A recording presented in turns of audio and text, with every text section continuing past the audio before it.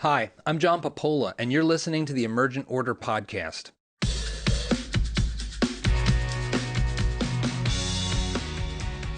About a decade ago, when I first started getting interested in economics at the peak of the financial crisis, 2007, 2008, I came across a blog, coordinationproblem.com.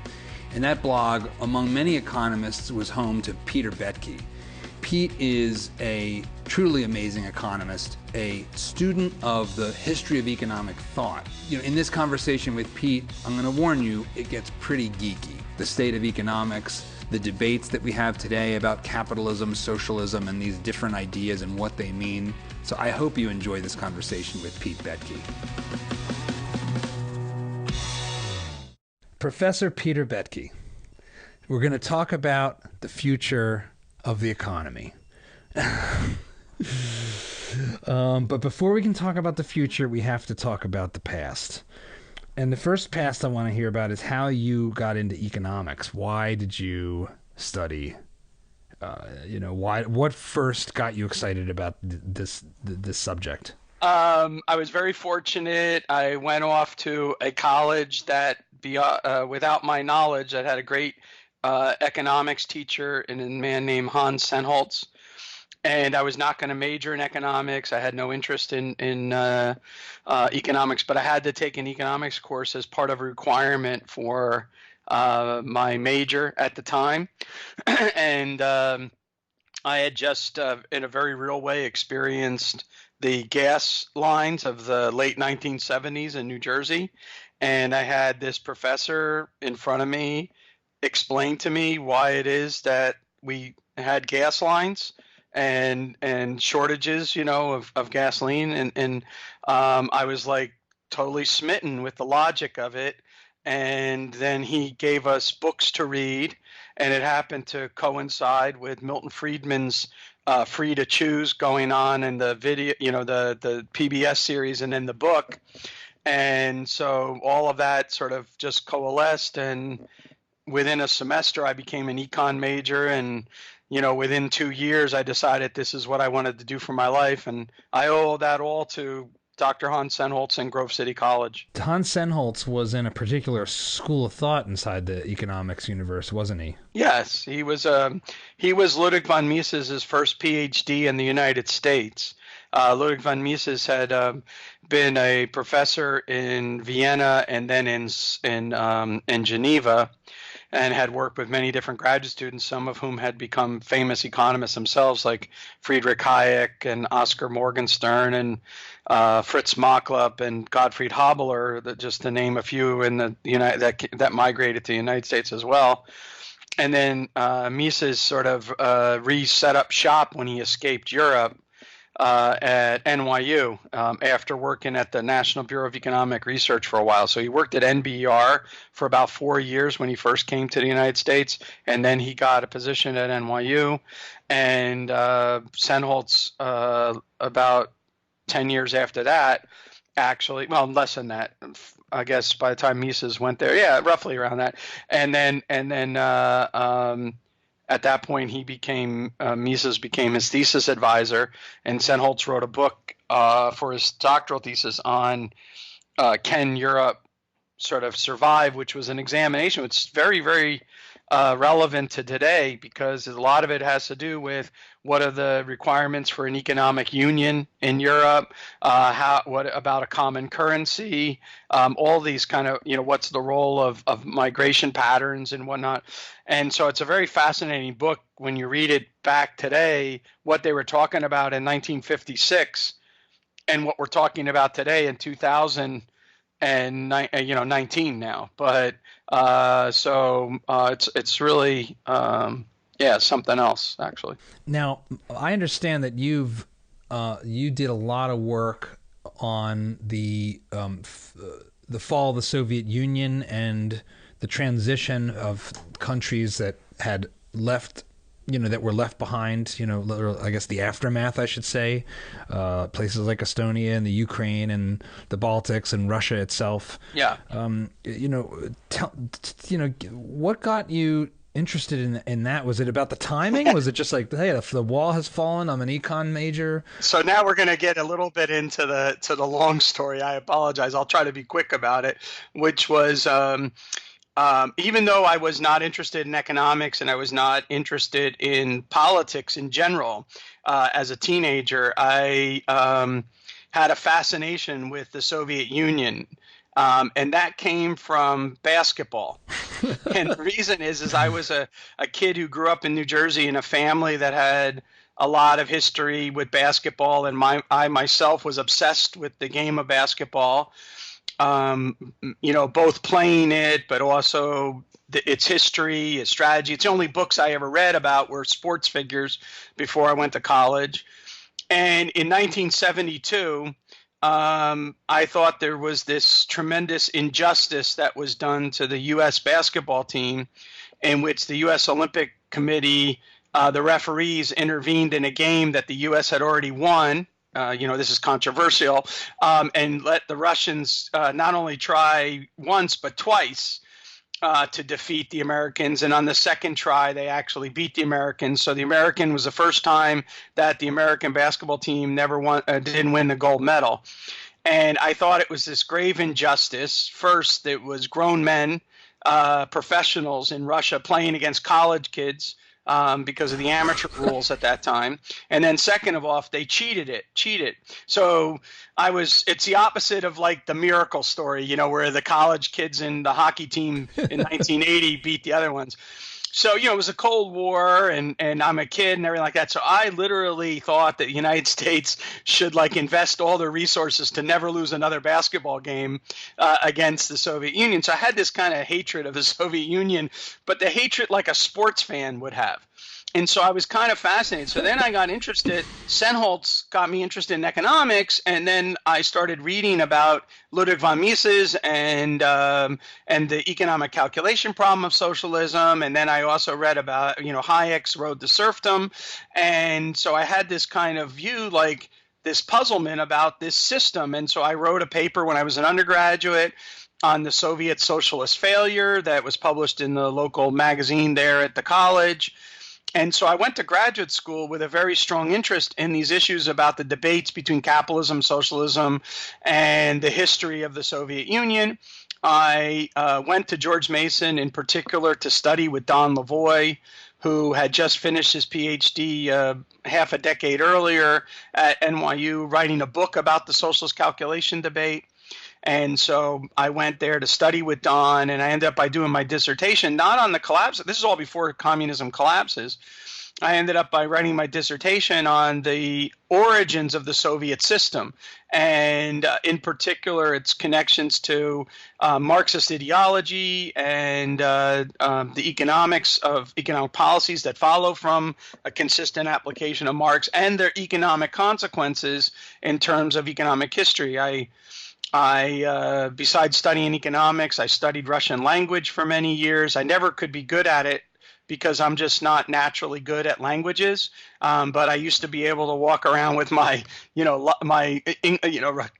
English to Russian dictionary and sit there and puzzle around with things. And I could, conversational Russian, I guess I could do, but not really. My cousin, who was fluent in Russian, said I was the only person she ever met who could speak Russian with a New Jersey accent. And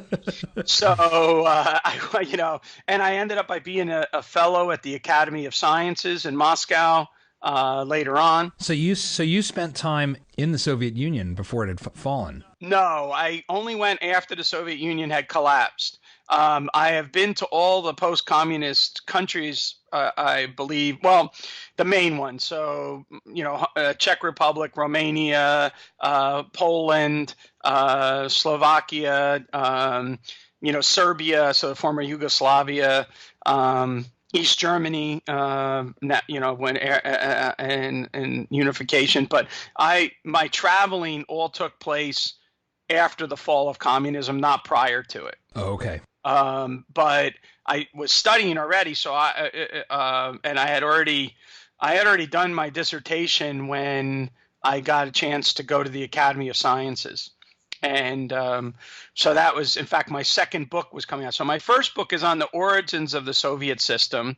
And then my second book was on the last 10 years of the system. So I did the book on the first 10 years, and then I wrote a book on the last 10 years of the Soviet system.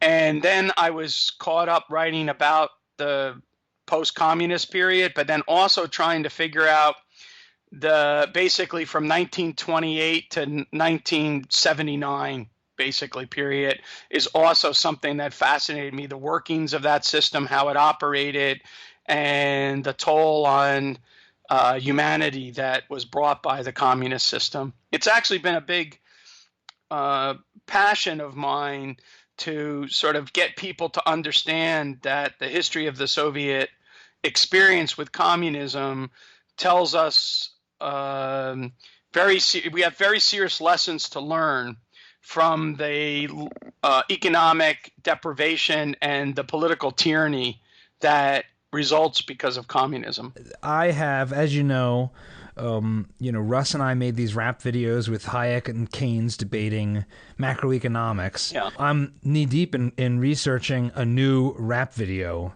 pitting Mises against Marx and really trying to dig into this debate. So, I mean, you really literally are the man on this, which makes this such an exciting conversation, because this is, that you studied under, 1 degree separate from Mises, arguably, I think, the most vociferous defender of capitalism and the foremost critic of Marxism, and then devoted so much of your studies and even traveled to post-Soviet Russia. So I guess the thing that's so interesting to me is that when you say socialism today, and we have several members of Congress now who actually call themselves socialist. Yeah. I'm not sure what they mean. And I'm not sure what anyone in 2018 or 2019, I should say, means when they say socialist or socialism, since so few young people have any notion of the fall of the Berlin Wall. That is now distant history. Mm-hmm. So, you're an active professor at a university. What do you believe socialism as a concept, as a term, means today? And I want to start there to set the table for us going back to the past, and just get your take on it, because you're interacting with students, and you're kind of in some respect at the forefront of hearing what young people who are interested in political economy are thinking about. So, in my impression, what young people believe is a set of falsehoods about how the world works.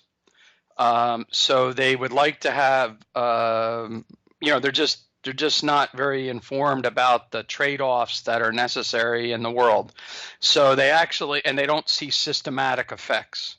So they don't understand that if you do this, that's going to have these effects on the decision making, and then that's going to have these effects. So they believe that you could redistribute income, but actually that would be invariant with regard to the output of the people who are producing things to begin with, right? And so in their head, they think Sweden, because they've been told by some of their professors that Sweden has been able to balance economic development with social justice, and so in a high welfare state and things like that. And they'll say, oh, like Sweden, and they don't.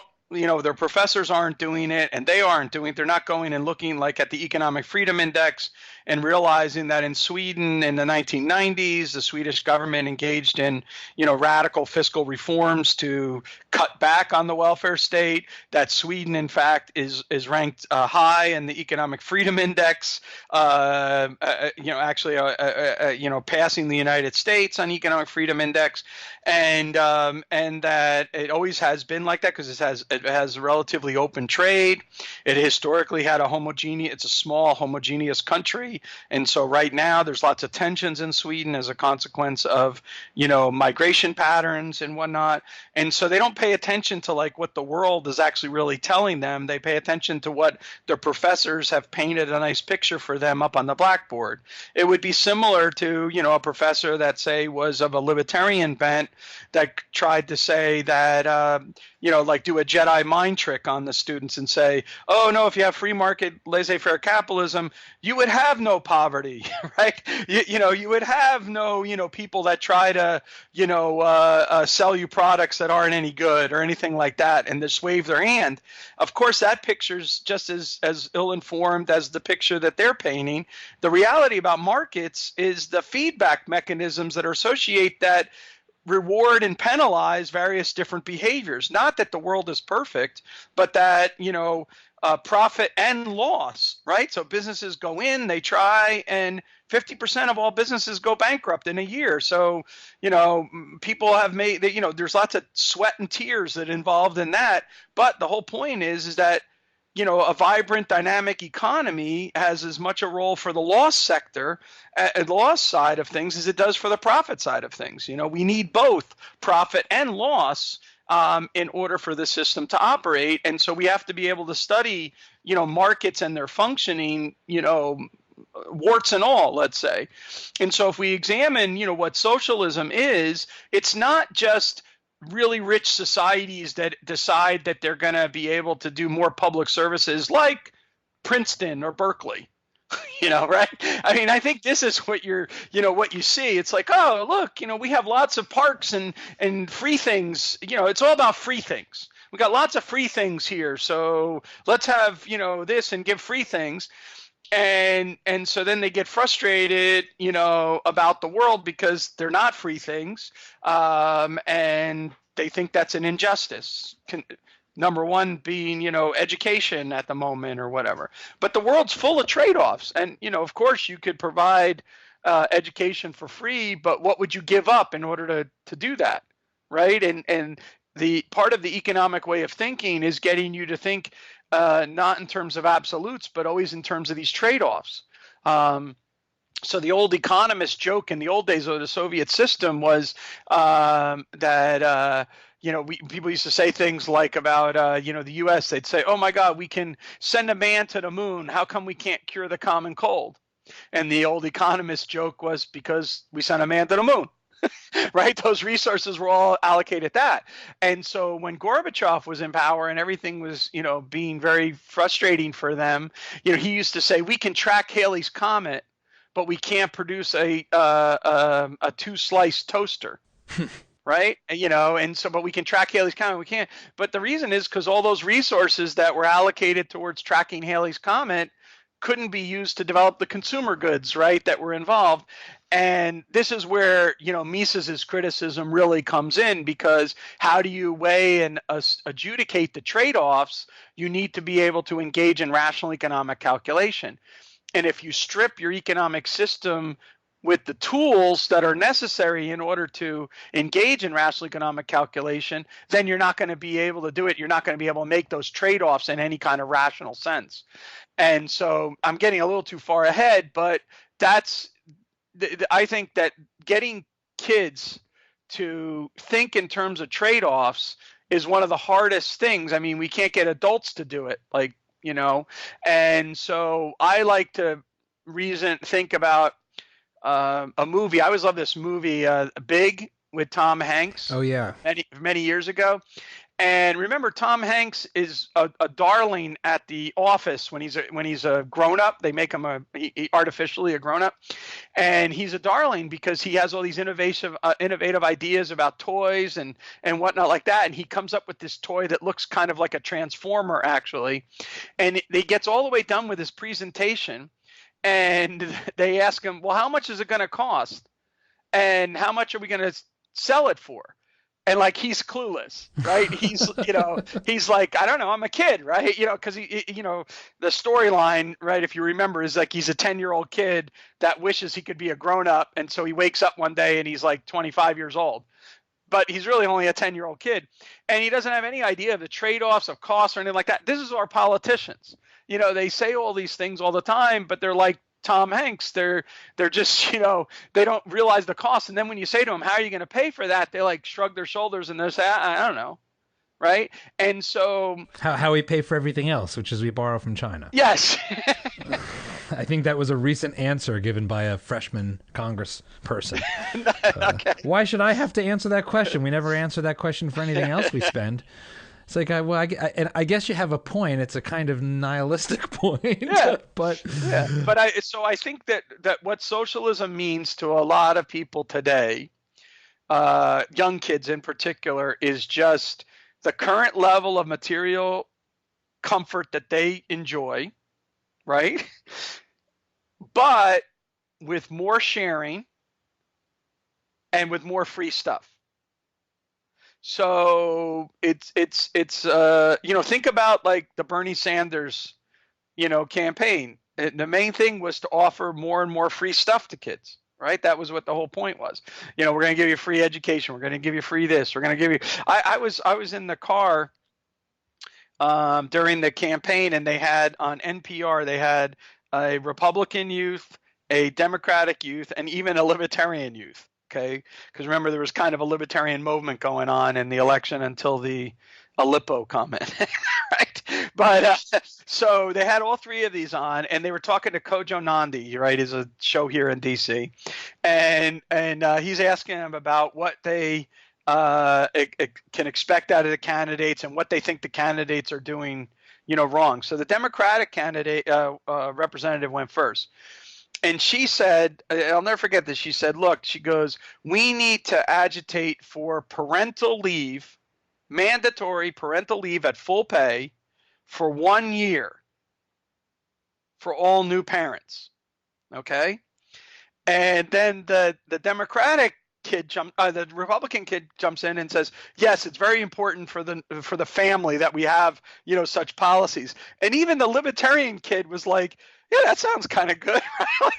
And I almost drove off the road because I'm a parent, and I'm like, you got to be kidding me. Like a year off, who's going to pay for, again, the Tom Hanks character, like who's going to pay for this in this society? But we have so much wealth and abundance here that people look around in a $1 trillion economy and they're like, well, this is a political decision how we spend it, not an economic decision.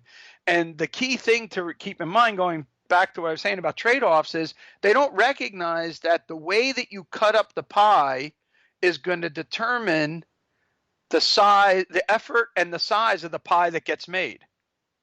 And that this is not like the way I distribute this income is not invariant with respect to the way that people work to try to achieve things in the economy.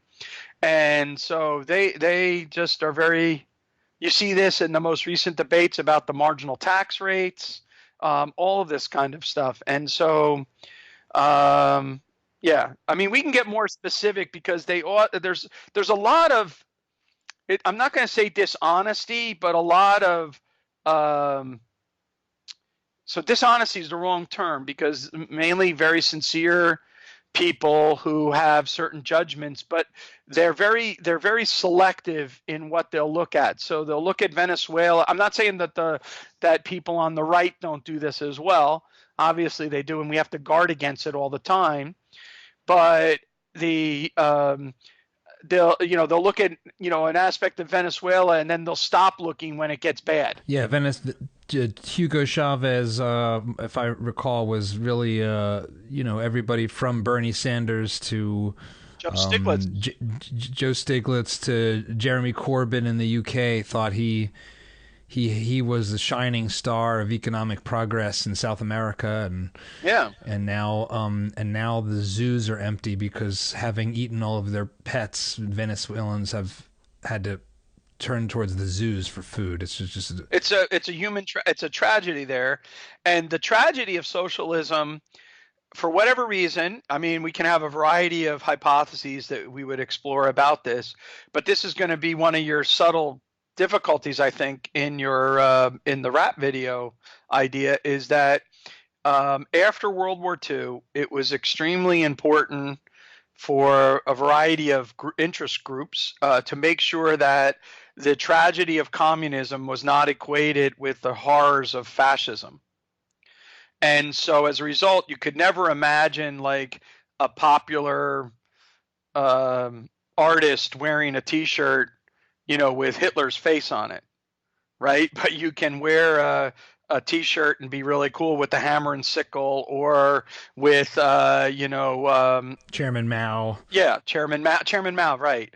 And so this is just part of our culture and what's gone on, and it's very hard for people to wrest that image. That's why you mentioned I know that you work with Russ on that video, but in Russ's recent podcast with Stephen Konkin on Solzhenitsyn, Konkin's also the biographer of Stalin.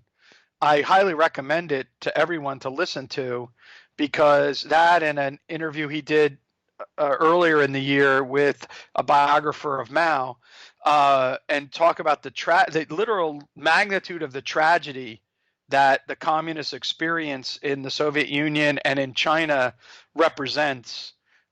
Is just staggering, and it's hard for people to get their heads around it. So I want to try to summarize and be as fair as I can to people who currently see themselves as socialists or socialist inclined, and who will say, no, I don't believe in authoritarian rule, and I don't, of course I don't want to go, I don't want Stalin, I don't want Maduro, I don't want Mao, I just, and it seems to me, and to sort of recap, that the current vision for, quote, socialism is a society that attempts to create equality to the best of its ability by essentially transferring wealth and opportunity from the people that are most successful and to those who are most in need, which is very still, an echo of Karl Marx, but maybe without some of the other components, like the elimination of private property and some of these other aspects that the Soviets, would you say that's a fair, if we were going to try to boil it down to something that's like a modern definition that would somewhat hold true, whether you're talking to an activist on a college campus, or a member of the Democratic Socialists, or somebody who considers themselves to be like a socialist sympathetic progressive? Yeah, so let me just start by, again, I have absolutely tremendous empathy with the values that are motivating a lot of this reasoning. Ultimately, what it's all about is liberty, equality, solidarity, right? Kind of idea that's going on. And sort of French Revolution, right? Liberty, fraternity, equality. Yeah. And so there's something about that. Now, the content, of course, becomes important about what you mean by those terms, right? So the idea that we want to live in a world where the system of rules that we operate under exhibits neither dominion, so none of us are dominated by anyone else, and also that we live in a world that doesn't discriminate, so we're all treated as dignified equals. So we want a social system that exhibits neither discrimination nor dominion. I'm 100% on board with that. The difference between the economic way of thinking and a lot of other things is that once you have those goals, those ends in mind, right, which is about the betterment of society or whatever, you're going to then analyze how are the means chosen going to be effective with regard to achieving those ends. And in that means ends analysis, you have three logics going on. You have the logic of individual choice. You have the logic of the situation, which dictates how each of the individuals choosing interact with each other. And then you have the logic of organization. When we come to make decisions together in an organization, how is there a certain logic to all of that? And a lot of the folks who go from the high aspirations is enough, and they don't ask the question about the means chosen to obtain the ends. All they care about is, I have these high aspirations. I'm going to introduce these policies motivated by these high aspirations, but I haven't analyzed the mechanism of whether or not those policies can actually achieve those outcomes. And that's what we do as economists. So while it's true that many of the people that we would talk to today would never want to have the horrors that we've seen in these different socialist experiments come to fruition, that was also true of socialists in the 1930s in London. They believed that they had to be socialists in their economics because they were liberals in their politics. And the Great Depression and the monopoly power of the interpretation of the monopolistic power meant that you needed to have the state work as a bulwark against the abuse of some citizens against others. And therefore, we were going to now collectivize the means of production to be able to do this. And that's why Hayek comes along and says it's the road to serfdom. And it's written as a tragedy, right? It's written out as a tragedy because these high aspirations generate the very opposite of what the aspirations wanted. So rather than a society of liberty, equality, and solidarity or fraternity, what you have instead is a society in which we have one group dominating over another group. We have some animals are more equal than other animals, right? And we end up by having, an atomistic world where our civil society institutions are torn asunder, and where we end up by being, atomistic from this, which is, like Hannah Arendt's The Origins of Totalitarianism. And so I think that the issue today is that just like in the 1930s, we have a generation of intellectuals who do not have they're not tied into that debate, that older debate. So they don't think about those issues. They have high-minded aspirations, and they have people who were tied into that debate who are on the other side, who are still the tacit presuppositions in our culture in general lean towards the socialist side of things. And so they are, at least among the intellectual elite, let's say. And so they're going to hear those messages reinforced all the time. And so they just think, I can get these good things without getting those bad things. And so just because I don't want those bad things won't happen. And what the economist comes along and says, just wishing it so doesn't make it so. You have to have systematic incentives that are generated by the institutional structure within which you operate. And so we better study and examine the logic of choice, the logic of the situation, the logic of organization. And once we do that, it might give pause to you in your calculation of the efficacy of chosen means to realize those given ends. So I want to take us back to Marx and walk us back to the present from that beginning at some level. And maybe perhaps it's even better to think about it in terms of before Marx, right? So you have this industrial revolution taking place, and prior to that, you've got tens of thousands of years of human misery, of subsistence, of the notion that child labor came about in the Industrial Revolution. It's like, why did you had children in order to labor at some level? Well, you also, it was a common practice that you would name your kids the same first name. So you would have had sons, and you would have been John, John, John, John, John, because only one of them would have lived to adulthood. I'm Italian, and I'm a junior, so I can, I'm part of that tradition. I named my son John, although his middle name is Matteo, and we go by that. But it is, so you have this. So I bring that up because you have Marx as this critic, and he's looking at the world around him, and he's writing. Would it be about 100 years after Adam Smith? Yeah, so he sort of becomes, very well known in the second half of the 19th century, but he's already writing like the economic and philosophical manuscripts of 1844, and you have these revolutionary moments in France and whatnot in 48, and he's already commenting. So his famous books like Capital and whatnot are 1867, and that's at the kind of back end of his life. But he's already very well known by the mid 19th century. So yeah, about a little under 100 years, but yeah. So Adam Smith writes The Wealth of Nations. You've got this wave of the liberal thinkers who are criticizing monarchy. They're criticizing this sort of system of state monopolies that's mercantilism. Yep. and advocating for individual liberty and freedom and free trade.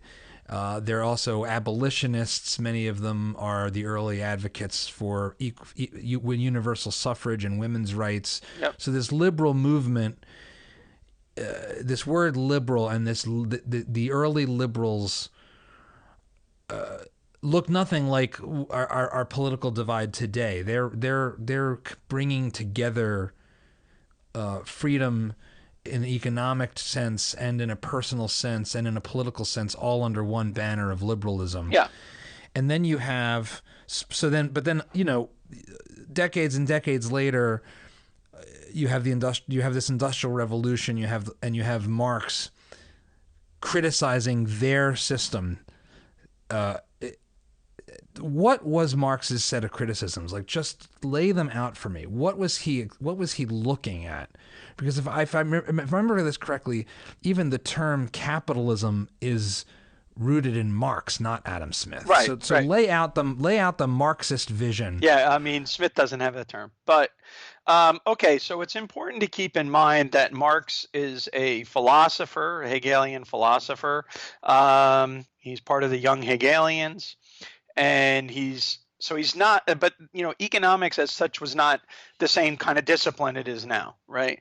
But his early writings, these economic and philosophical manuscripts, this is where he lays out this idea. Now you got to remember something. If you go back to high school and you remember when they first introduced you to, Marxism, or in your civics class, or I don't even know if they do that anymore, but they would talk about this thing called dialectical materialism. And it was the way Marx described the march of history, which was that you would have basically a thesis, and then an antithesis, and then you would get a synthesis, right? And so, feudalism would be the thesis, and then, capitalism would be the antithesis, and then, whatever emerges out of that or something, right? And so, and another part of this, so dialectical has this various different way in which we also talk about that. So we always have to talk about the negation of an earlier system.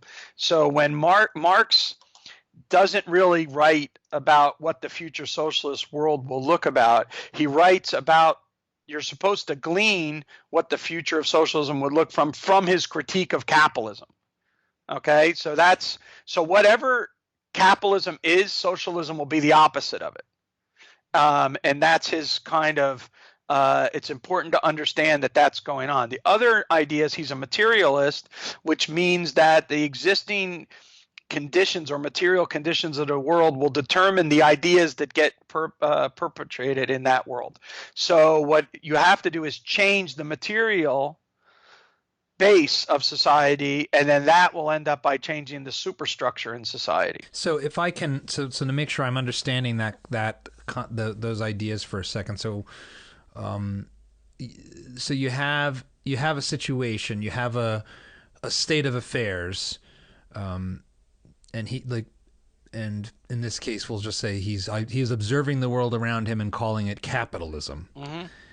And so this dialectic is a question not of posing a utopian alternative, but instead scientifically examining. Yeah, so looking at it piece by piece and criticizing the way he observes it to work. Right. So the Utopian Socialists like Fourier and other people who thought that what we wanted to have was kind of a return to a post-scarcity world. The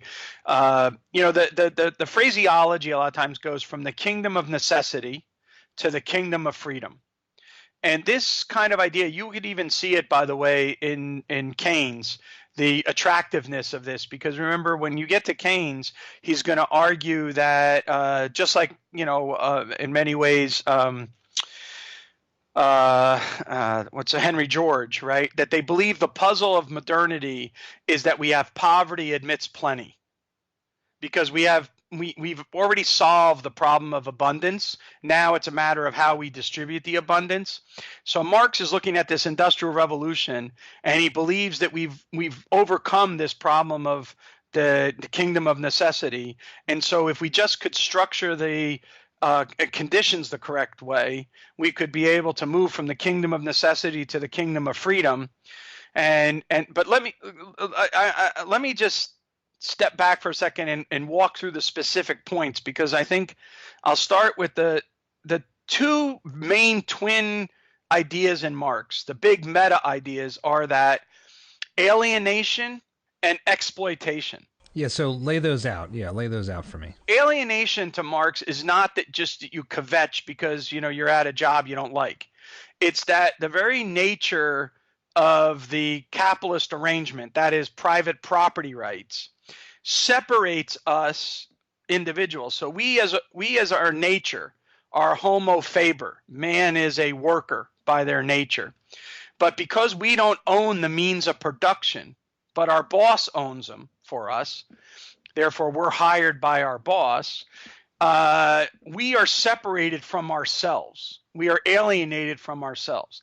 And so private property rights from the beginning are the alienating ability of mankind. This is what separates us from our true nature. You combine that with the idea that under the market system, you engage in production for exchange, not for direct use, right? This is production for profit rather than for direct use. It means that the owner of those means of production that you are alienated from can exploit you, right? Meaning that they can exploit your labor value. So your labor units are, worth 6, but I end up by only being able to pay you 4. And one of the ways I do this is by making you work longer hours in the day, and so and I extract more of the surplus from you. I have the power to take that from you. And so there's Marx didn't like to use these terms, but the easiest way to understand the resonation of Marx is that he made a claim that exploitive power of the market leads to an injustice, and that the alienation of the system due to private property, that means that the only way we can get rid of that alienation is if we transcend private property.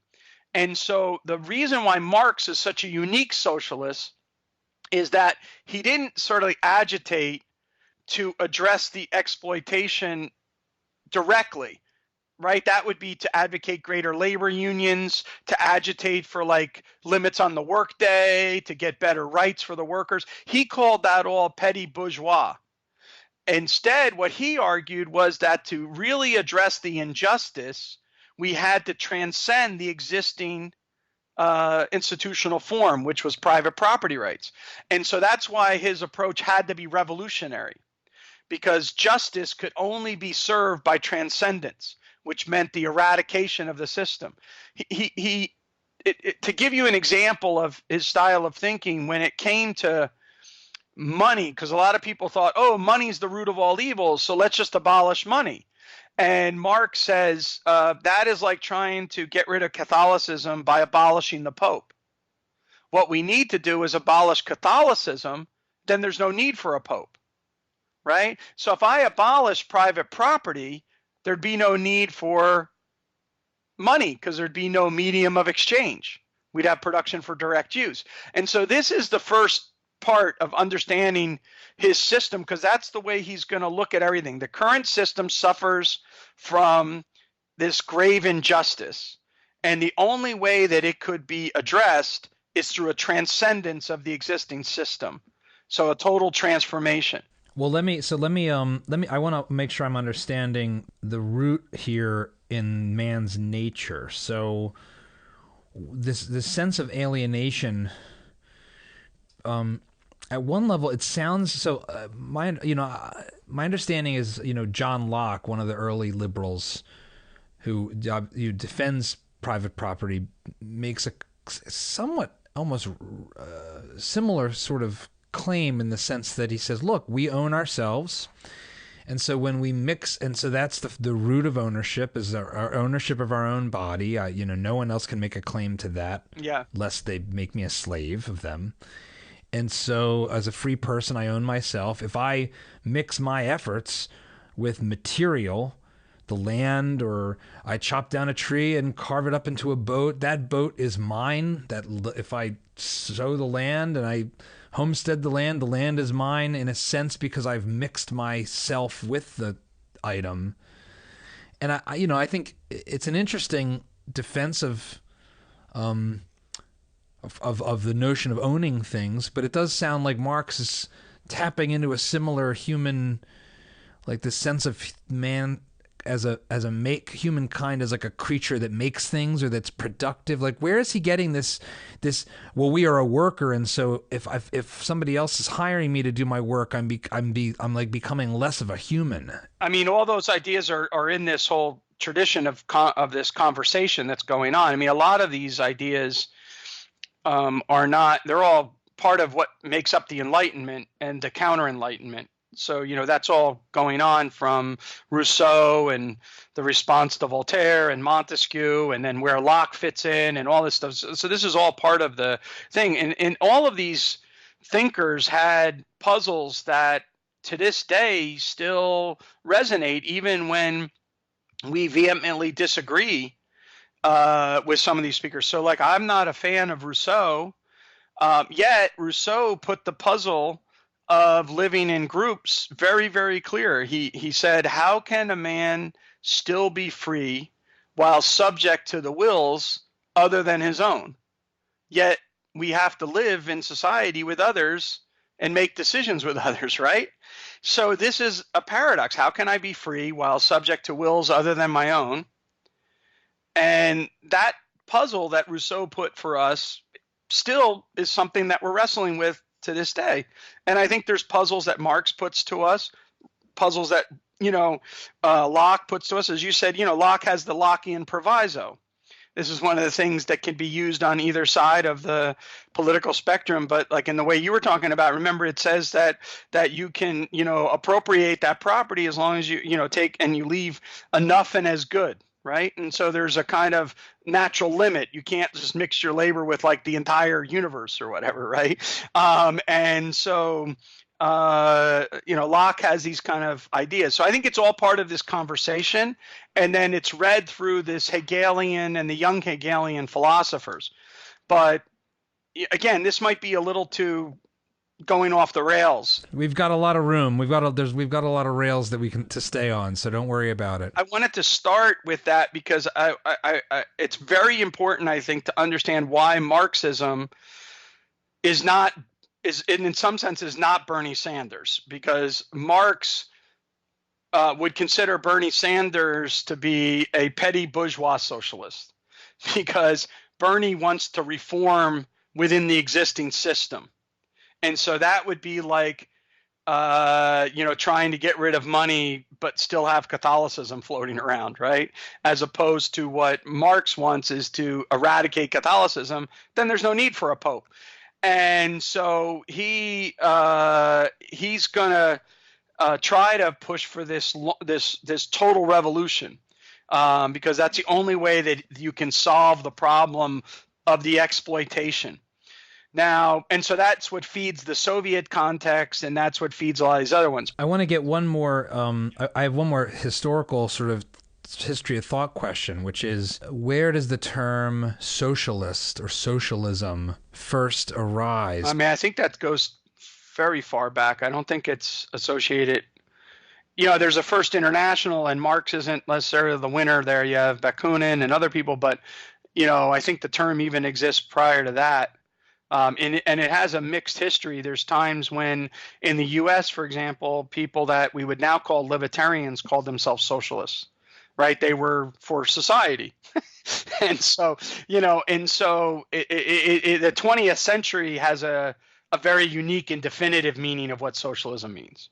And that's collective ownership of the means of production. And by the way, the other thing that, is also difficult is what's socialist, what's communist? Because during the time of Marx, the relationship between socialism and communism is more or less like synonymous. I mean, socialism is maybe the halfway house on the way to full-blown communism, but socialism means nothing unless it's going to get you to communism anyway, right? So it's not like, oh, I could stop at socialism and be good. That would be the petty bourgeois socialists, right? Well, right, and I ask partly because as I'm reading through this Marx's writings, he's critical of the past and of other socialist quote thinkers, right? And he, but that's the utopians, and that's because he disagrees with them about the way. So the utopians he's going to criticize for the way they talk about socialism because it's not scientific. And then his alternative his alternative competitors in the international, like Bakunin, that's a criticism over strategy. That's a criticism over strategy. And so that becomes, because Marx was always involved in politics, like revolutionary politics. So not like, the Democratic Party or whatever, but like just agitating and moving for social movements. And so strategy becomes a major part of the way he does it. So I think now we can get to more concrete claims. So Marx did make very concrete claims about the operation of the economic system with that stuff in the background. So besides the exploitation of surplus value, okay, which is an extraction, capitalism extracting, the capitalist extracts the surplus value from the worker. The consequences of this system are that you're going to have a anarchy of production because you have production for exchange rather than for direct use. You're going to have a tendency towards monopoly, which is an increasing concentration of capital in the hands of the fewer and the more powerful. You're going to have periodic crises because it's production for exchange, not for direct use. You're going to get what he called disproportionality. You'll have overinvestment or underconsumption kind of theories going on. And so you'll get these periodic crises. In Marx's head, those periodic crises reinforced the concentration of capital because only the firms that were big could survive the crisis, and they would gobble up all the smaller firms that couldn't survive the crisis, so they get bigger, and eventually they themselves suffer from a now I'm moving into other thinkers of Marx into other thinkers as well, but let's just treat it all as one, because these big firms are still going to suffer from the internal contradictions of capitalism. They're going to suffer from economic periodic crises. They're going to have to turn to the state for their survival. So state monopoly capitalism is a natural outgrowth of late capitalism. And then war, because we're going to exploit our current market, so we're going to have to exploit external markets. So that's going to lead to colonialism and imperialism, because that's the way that the capitalist firm can stay afloat, is through exploiting people from afar rather than just people internally. And so that's his explanation of the 19th century, right? This is what he thinks is going on. And those are very, very specific empirical claims, right? So you should expect to see, as we get more and more capitalist economy, more developed market economy, you should expect to see increasing concentration of capital.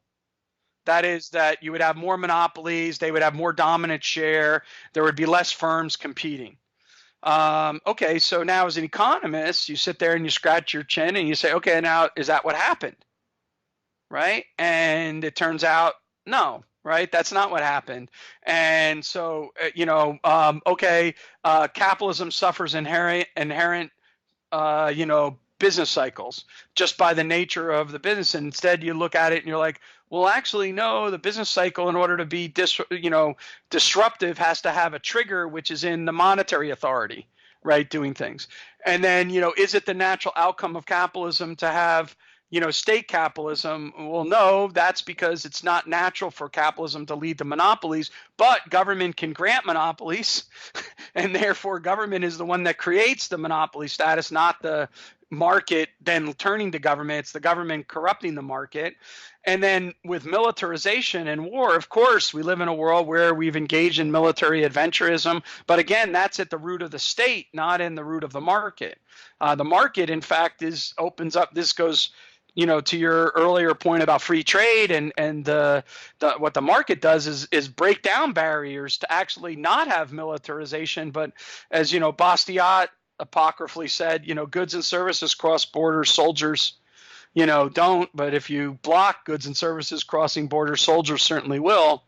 And so the natural economic liberal position is to have entangling commercial relationships with all countries, but no political entanglements with any.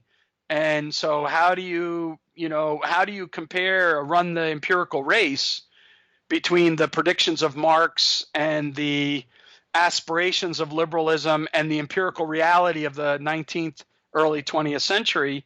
And that's all what's going on in the early part of that period of time of the history right before the Russian Revolution. There's this thing I'm struggling to understand about where Marx is coming from, which is he seems to be celebrating a kind of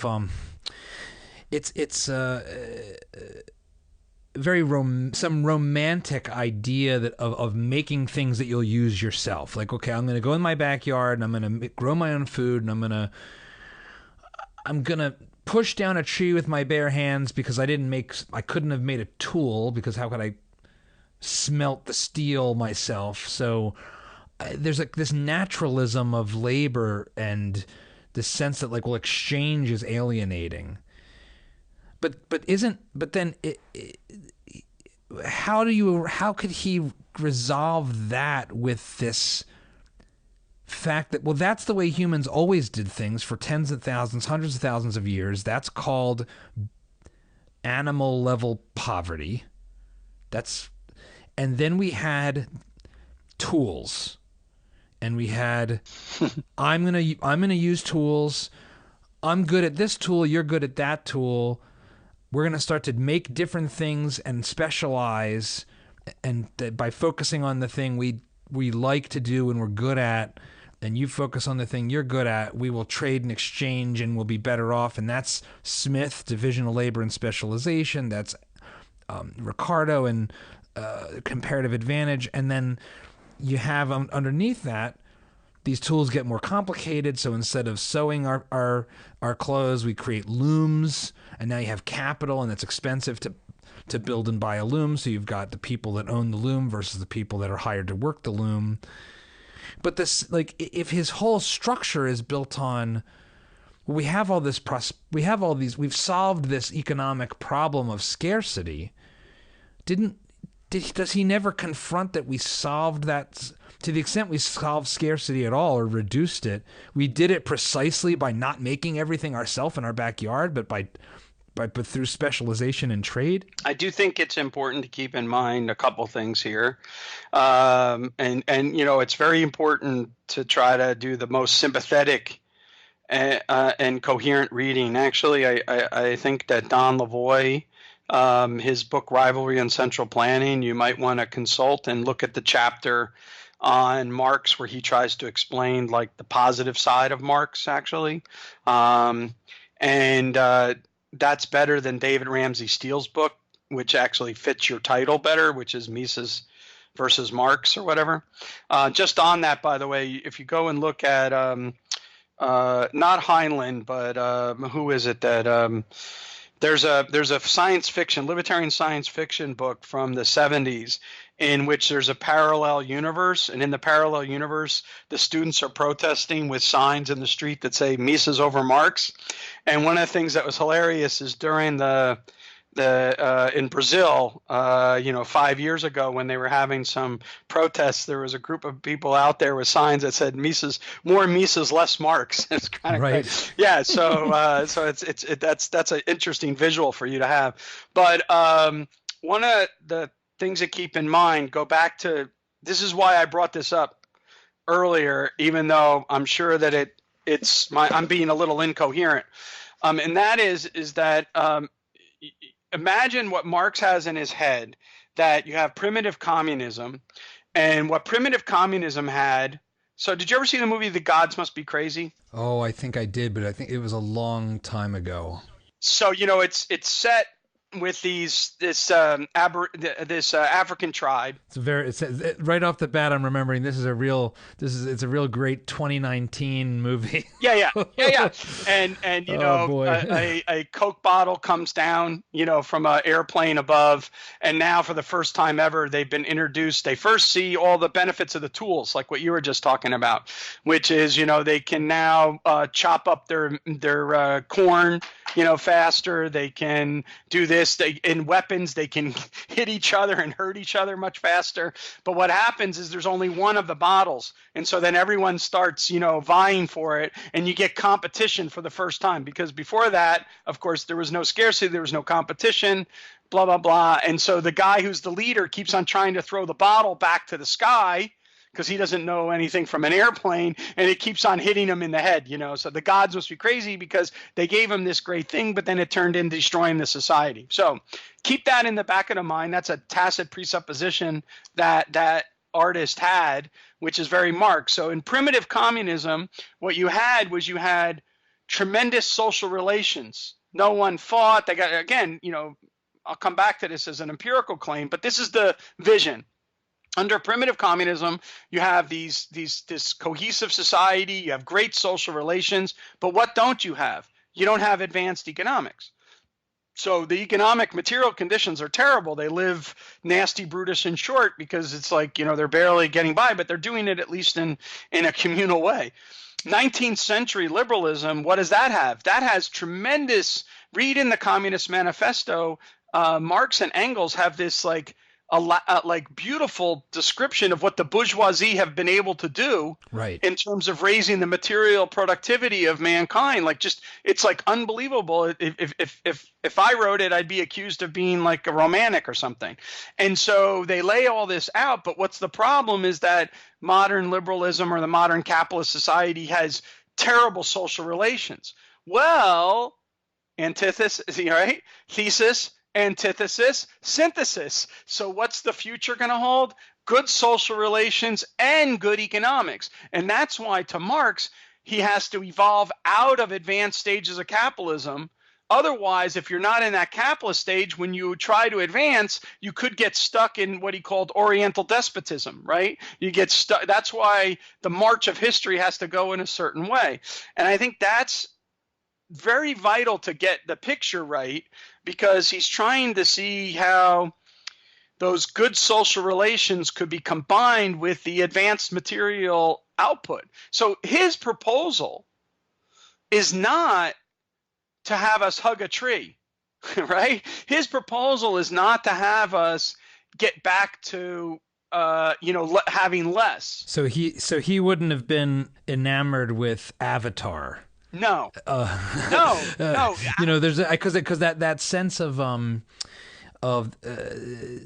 that simpler time, the noble savage, the primitive kumbaya society is like this Rousseau thing that still resonates today. I mean, you see it in movies all the time, like Avatar, where you have these sort of peaceful, perfect tribal societies who only get destroyed by the evil capitalist. Yeah. And it's like I don't think the history of human conflict bears any resemblance to this sort of romantic vision. So isn't the precious metal in that story called unobtainium? It's probably it's something like that. Look it up. I think it is unobtainium. Yeah. No, this is why, for example, McCloskey in the very first volume of the Bourgeois Trilogy, goes at great length to try to show that life in these earlier times was not very pleasant. And this is going back to our earlier discussion about modern day kids or whatever. This is one of the things that's most frustrating when you think about people talking about globalization and whatnot. Just 2 years ago was the first time in human history that less than 10% of the world's population lived on less than $2 a day.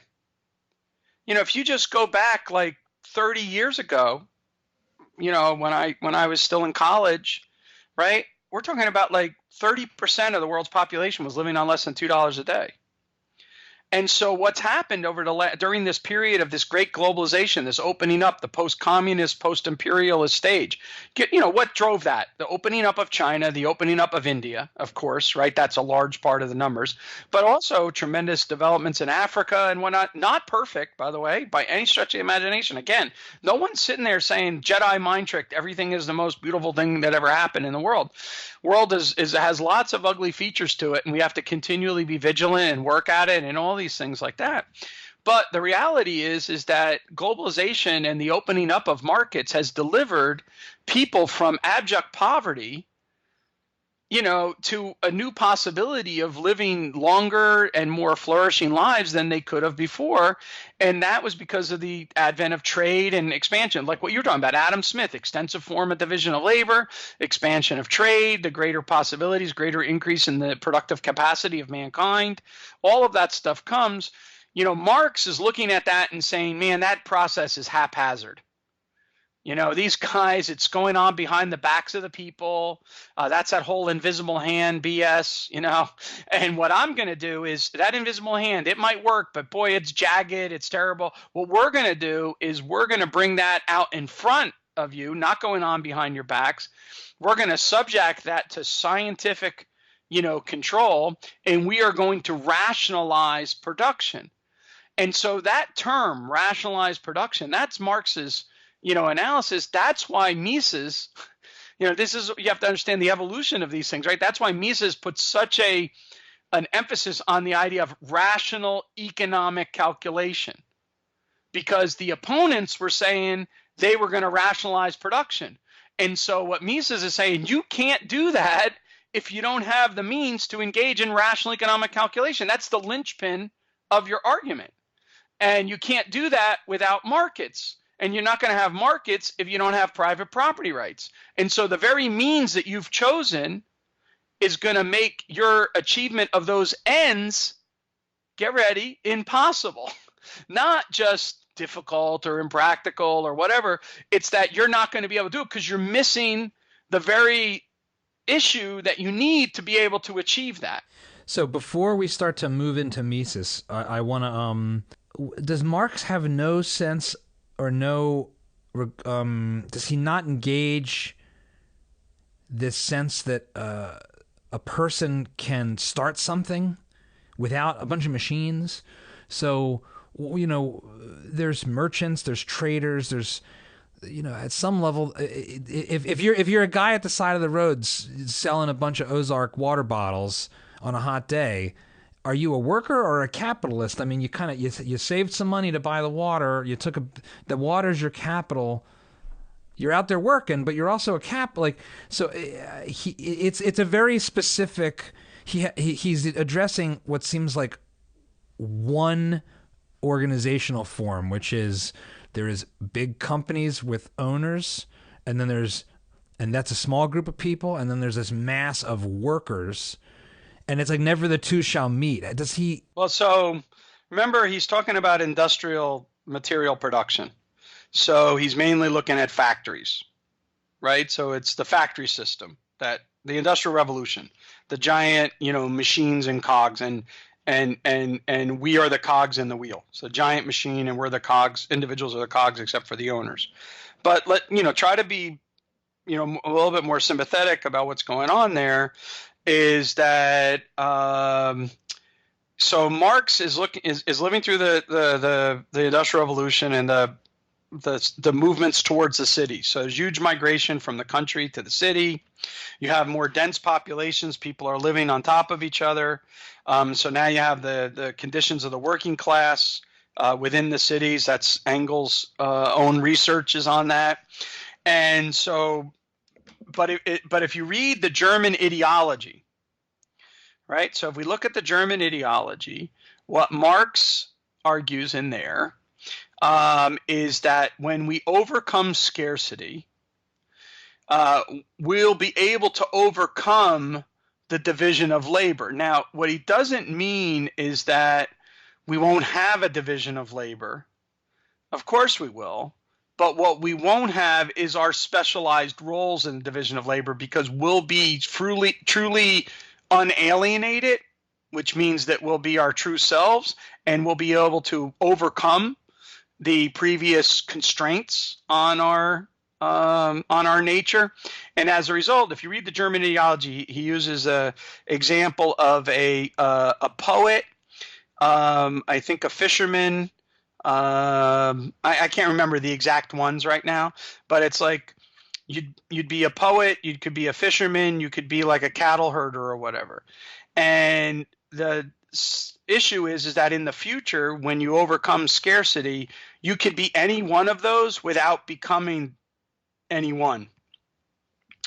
And that's important because that's why Marx doesn't see a problem with the planning bureau becoming abusive of their power, because today John Popola would be the central planner, but tomorrow Pete Boettke will be the central planner, and the day after that someone else will be the central planner.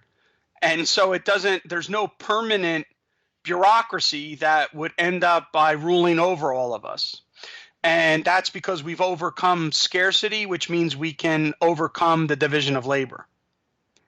But division of labor meaning permanent roles in division of labor. So, I guess like kind of specialization in a sense. So yes, so you would have division of labor, but not specialization, I guess is a good way to think about it. Yeah. So there's something interesting there because, so I've spent, I'm a filmmaker and so my, I'm watching all the world around me, my tools and everything become, in a sense, dematerialized. So you don't need a lot of capital to do this work. You just need an iPhone. Right. If you got an iPhone, you got a camera, you got a distribution outlet, you got all of it. Anybody can be a filmmaker now. And at some level, you've also now got 3D printing. So now anyone can be a manufacturer.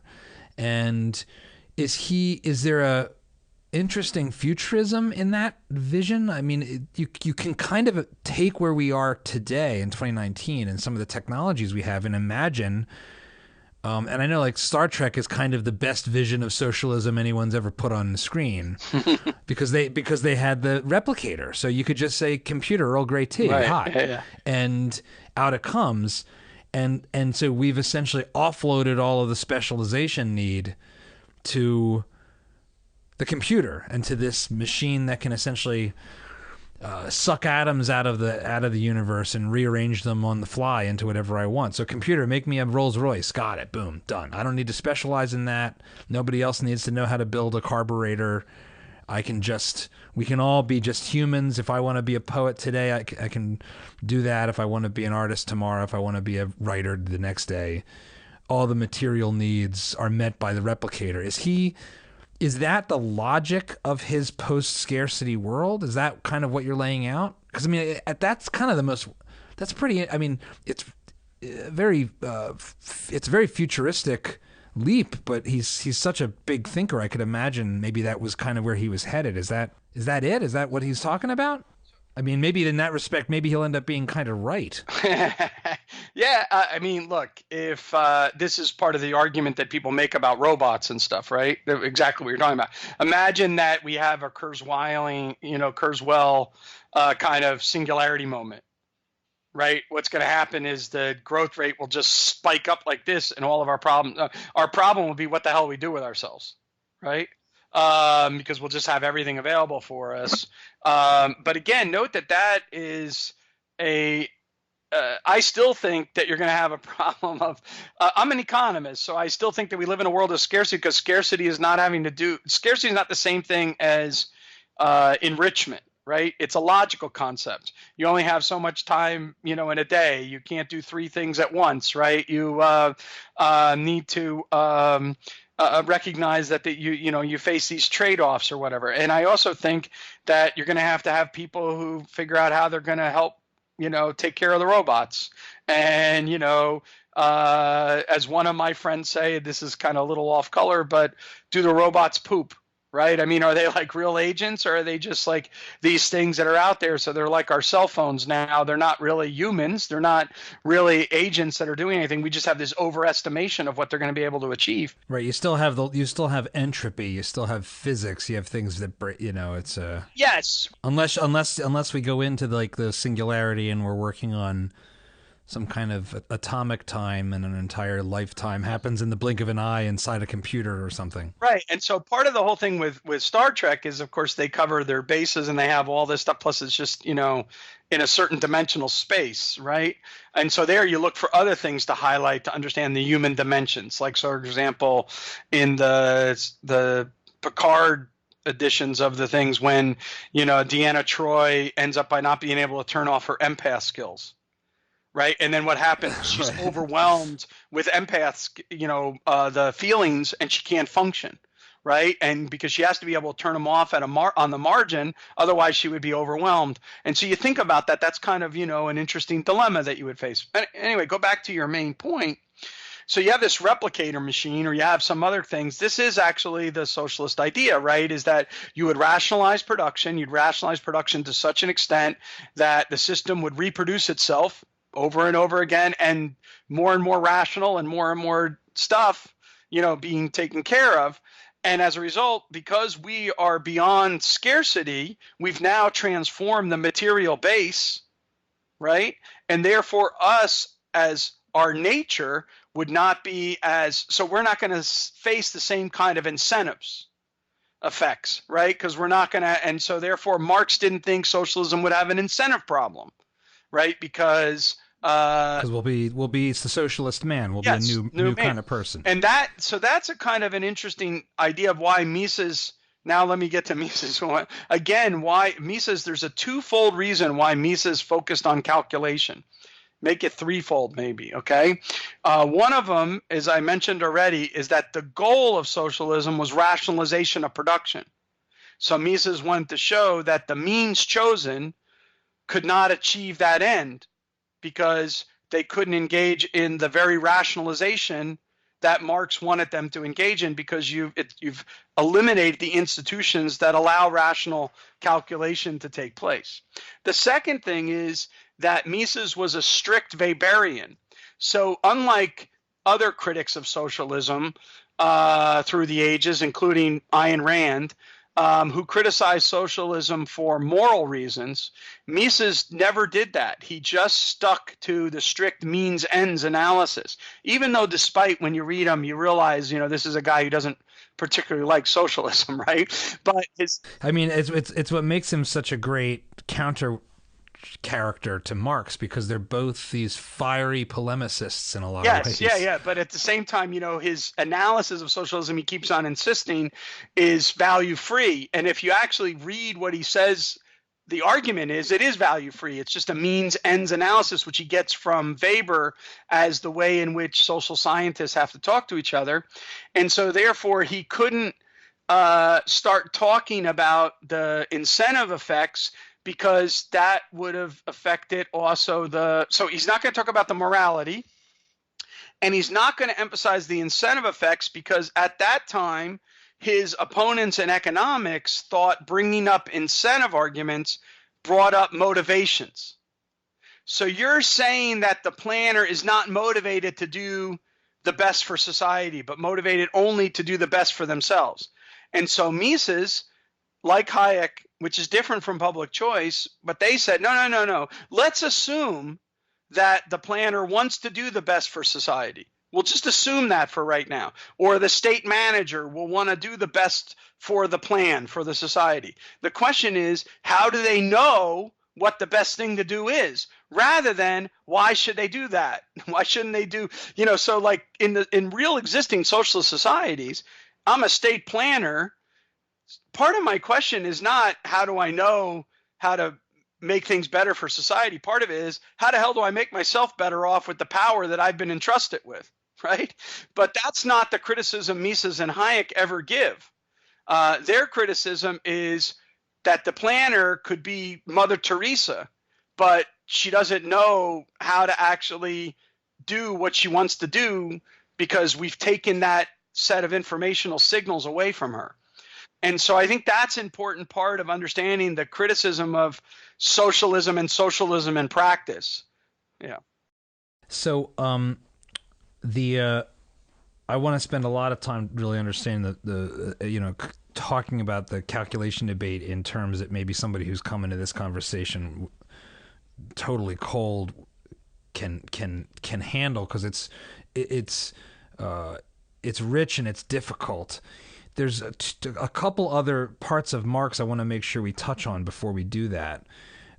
So one of them is to come all the way back to so you said, some of two of the backdrops of Marx's analysis is exploitation and alienation.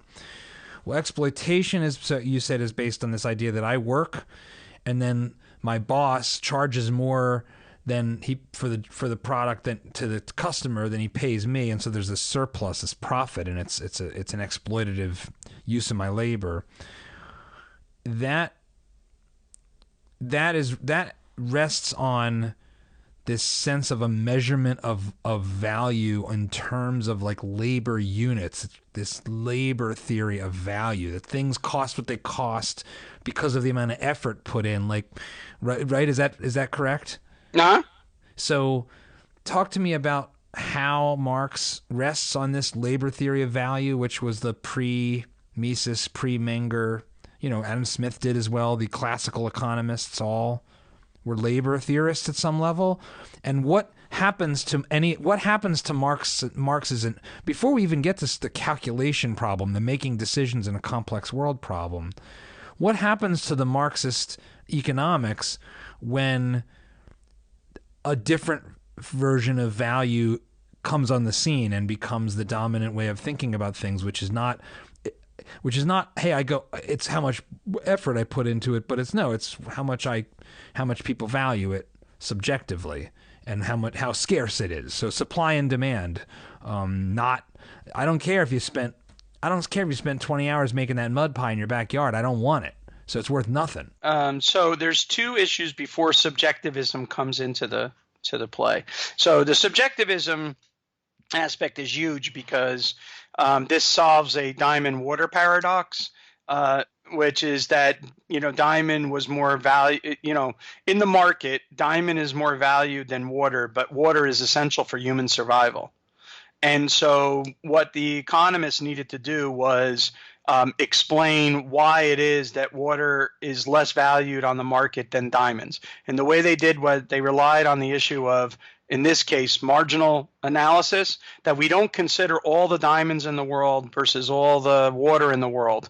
We consider on the margin the next unit of a diamond versus the next unit of water. And since water is relatively more abundant, the next unit of water is less expensive to us than the next unit of a diamond, less scarce and less precious.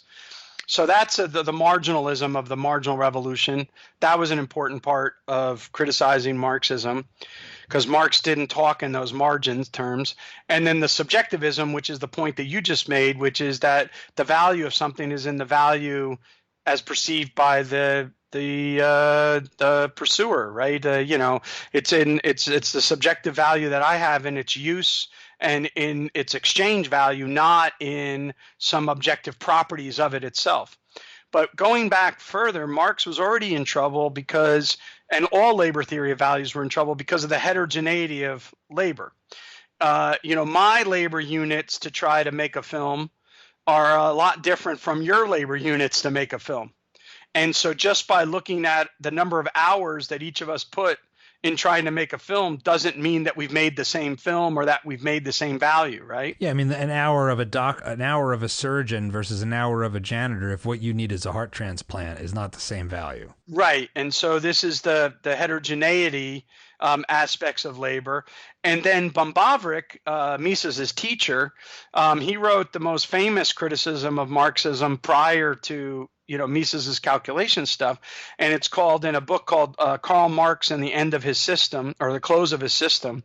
And what he identified was this issue of what they called the transformation problem, which is the logical inconsistency between Marx's analysis of basically exchange and commodity production in Volume 1 and the way in which he saw the final good prices determined in profit and losses for the firms in Volume 3. So, there's this contradiction between how do I go from the values here to the prices over here? And that's all economics has to explain, this transformation, right? This is, to go back to your Menger point, this is how is it that the value of a pig gets determined by the ham sandwich that it satisfies in the market? Right? That's a transformation that has to take place. I raise pigs, I have hogs on my farm, I take care of them, I maintain them, and then what happens is I feed them up, I get them fat, and then I slaughter them, and then that gives me a ham sandwich. How about if everyone decides that they no longer want to eat ham? What does that do to the value of the pig back on the thing? That's what the market system does all the time. That's the relative price adjustments and everything. And so that's how economists explain that by what they call the imputation of value. Right? That the value of the higher order goods is imputed from the consumer goods by which they satisfy. So Marx didn't have that. And so he had this transformation problem. And so economists were like, okay, so that's a fundamental problem in your system. You're not able to do that. Your solution to this is to have, this kind of weird sharing that's going on by the capitalist at the last minute. So it's like the way he solves it is to, at the very last minute, to change the underlying behavioral assumptions of the economists, the economic actors. So now all of a sudden the capitalists are getting together and sharing the outcome rather than being selfish. I got lost there a little bit. What do you mean? Like what was that? He has capitalist communism, right? Which is that the capitalist firms all get together after they've exploited all the profits, but then they share it with each other, rather than the idea that they would each try to grab as much as they could from each other. And so that's the only way that he can able to square these things out. And so this problem, you can look it up. This problem is a 100-year-old problem that Marxists are still running around trying to figure out, the transformation problem. How do you go from the values to the final output prices, that are going on?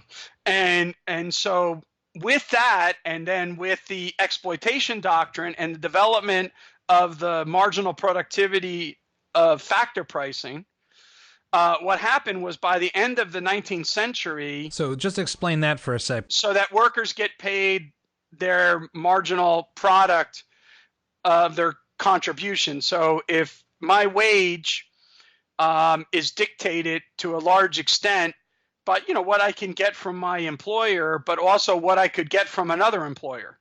And so if this employer is underpaying me, then I can go to another employer who will pay me more. And if my productivity is greater than my wage, I give value to that other employer, right? And so in order to avoid losing me in the productivity and my productivity, this person is going to be forced to pay. Look, one way to think about this is every worker would like to get paid $1 million a minute, and every boss would like to pay their employer 1 cent a minute.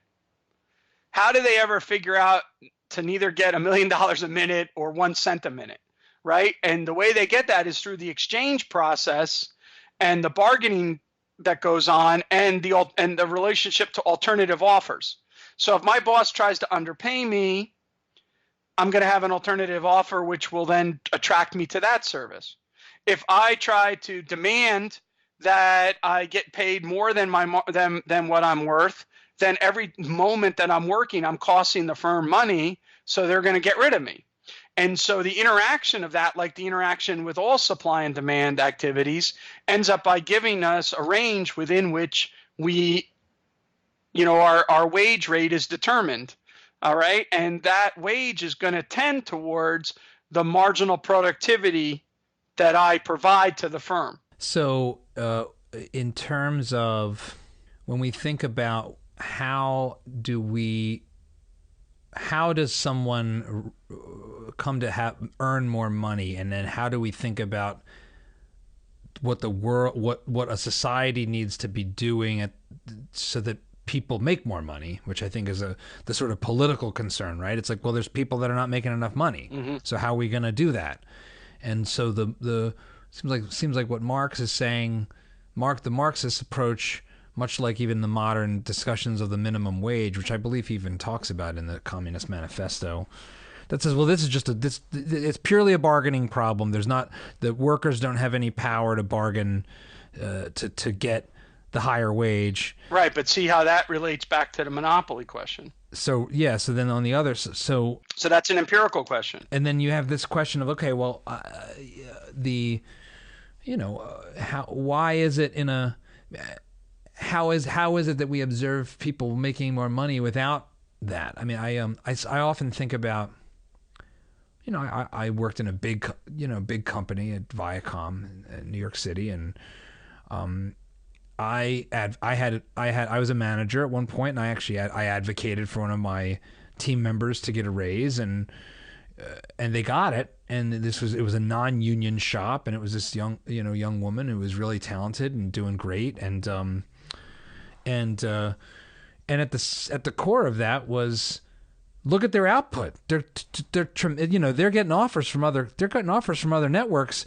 We're not, we're just going to lose her, and she's going to take all this incredible capability and experience as a producer and go somewhere else. And mighty Viacom, in terms of internally, said, well, yeah, clearly. And she got a raise, and it was on the basis not of my negotiating or her power, because neither of us had that much to put forward relative to Viacom.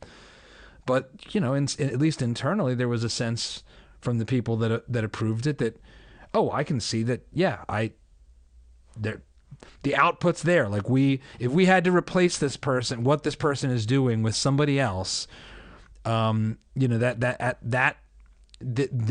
is better for us to keep this person here and happy and increase their pay. And it wasn't a function of some struggle. It was an acknowledgement of something that was real and tangible, not just who's the better negotiator. Yeah. So the economist way that they talk about this is workers don't compete with management. Workers compete with other workers, right? So we're competing with other workers in the marketplace. Our marginal productivity matters. We get bid by the managers to go work for them. If we're better at producing X than the other person, we're going to be getting the job, right? And Sennholz, going back to Sennholz, one of the things he mainly just talked economics, but he gave a couple practical advices over the years. One of them was investments. He always used to say, bears make money, bulls make money, pigs get slaughtered. So that was like a phrase he used to tell us. But another one that he told us was, always make sure that your marginal productivity exceeds your wage, and you'll always have a job. Whenever you have your wage exceed your marginal productivity, you'll end up being unemployed. And so that meant you had to think about, what are the things that raise my marginal productivity? Education, investment on the job skills, learning new, technologies when they come about, adaptability, all that kind of stuff. But anyway, the point here is that economists developed this theory of factor pricing. So it's not only for labor, but also for the machines that they use and everything like that. And that interaction increases somebody's ability. So it's not just oh, I'm really smart and I'm really educated. It's, oh, I know how to use this machine, so I can make 10 of a thing instead of one of a thing. And going all the way back to Adam Smith's pin factory, right? I mean, so the more you have specialization, the more you have machines, the more you have advantage. Smith uses the example of this boy who wants to play ball, and with the kids, today we call it catch. I have no idea what they were playing then, but they were playing some kind of game. And the boy worked in the factory, but he wanted to find a labor-saving device so he could have more time to play with his friends. So he figured out an innovation. So the machine did what he normally would have done automatically, right? This kind of innovation. And so the machine now made his productivity yields far greater than what he was before. And so you look at this and so you look at this. So once economists had this marginal productivity theory of factor pricing, that meant that the exploitation doctrine of Marx goes away. His theory of value is substituted or traded off to become now the subjectivist and marginalist revolution in economics. And then the empirical claims that he has about business cycles, about monopolization and everything else, that goes away. And so it's one of the reasons why you do not have a large number of practicing economists who are avowed Marxists since the 20th century and now, is precisely because Marx was roundly defeated in these economic debates or disputes. Where Marxism went was into sociology, into history, primarily into anthropology especially. And in those fields, there is almost, not always, but there is a large amount of allergic reaction to the systematic analysis of the logic of choice, the logic of a situation, and the logic of organization. And there's a large part of intentions equal results. So if I intend to do good, then that must mean that I did good, without an examination of the empirical examination of whether or not in reality we actually achieved any good. And that's the real problem, is because that means that what Marxism has become is not part of a scientific program which could be critically examined by logic and evidence, but instead an aesthetic. And this goes back to your earlier question, which is the reason why socialism is so attractive to young people today is because they find the aesthetic of socialism attractive. And what do you mean by aesthetic? So the longing for a total revolution which would transcend the existing power structures is very, very attractive to young people. Imagine a world where, there's no bullies, there's no discrimination, there's no domination. If we vote for, think about it this way: if we vote for a $20 an hour minimum wage, we get a $20 hour minimum wage, and there's no, companies don't shift to kiosks at McDonald's, right? They just pay us our $20 and everything is great. There's no reaction effect. And they don't pass it on to their customers either. They just, the owners and the shareholders just take a haircut. Yeah, because they're so rich anyway, they can afford it.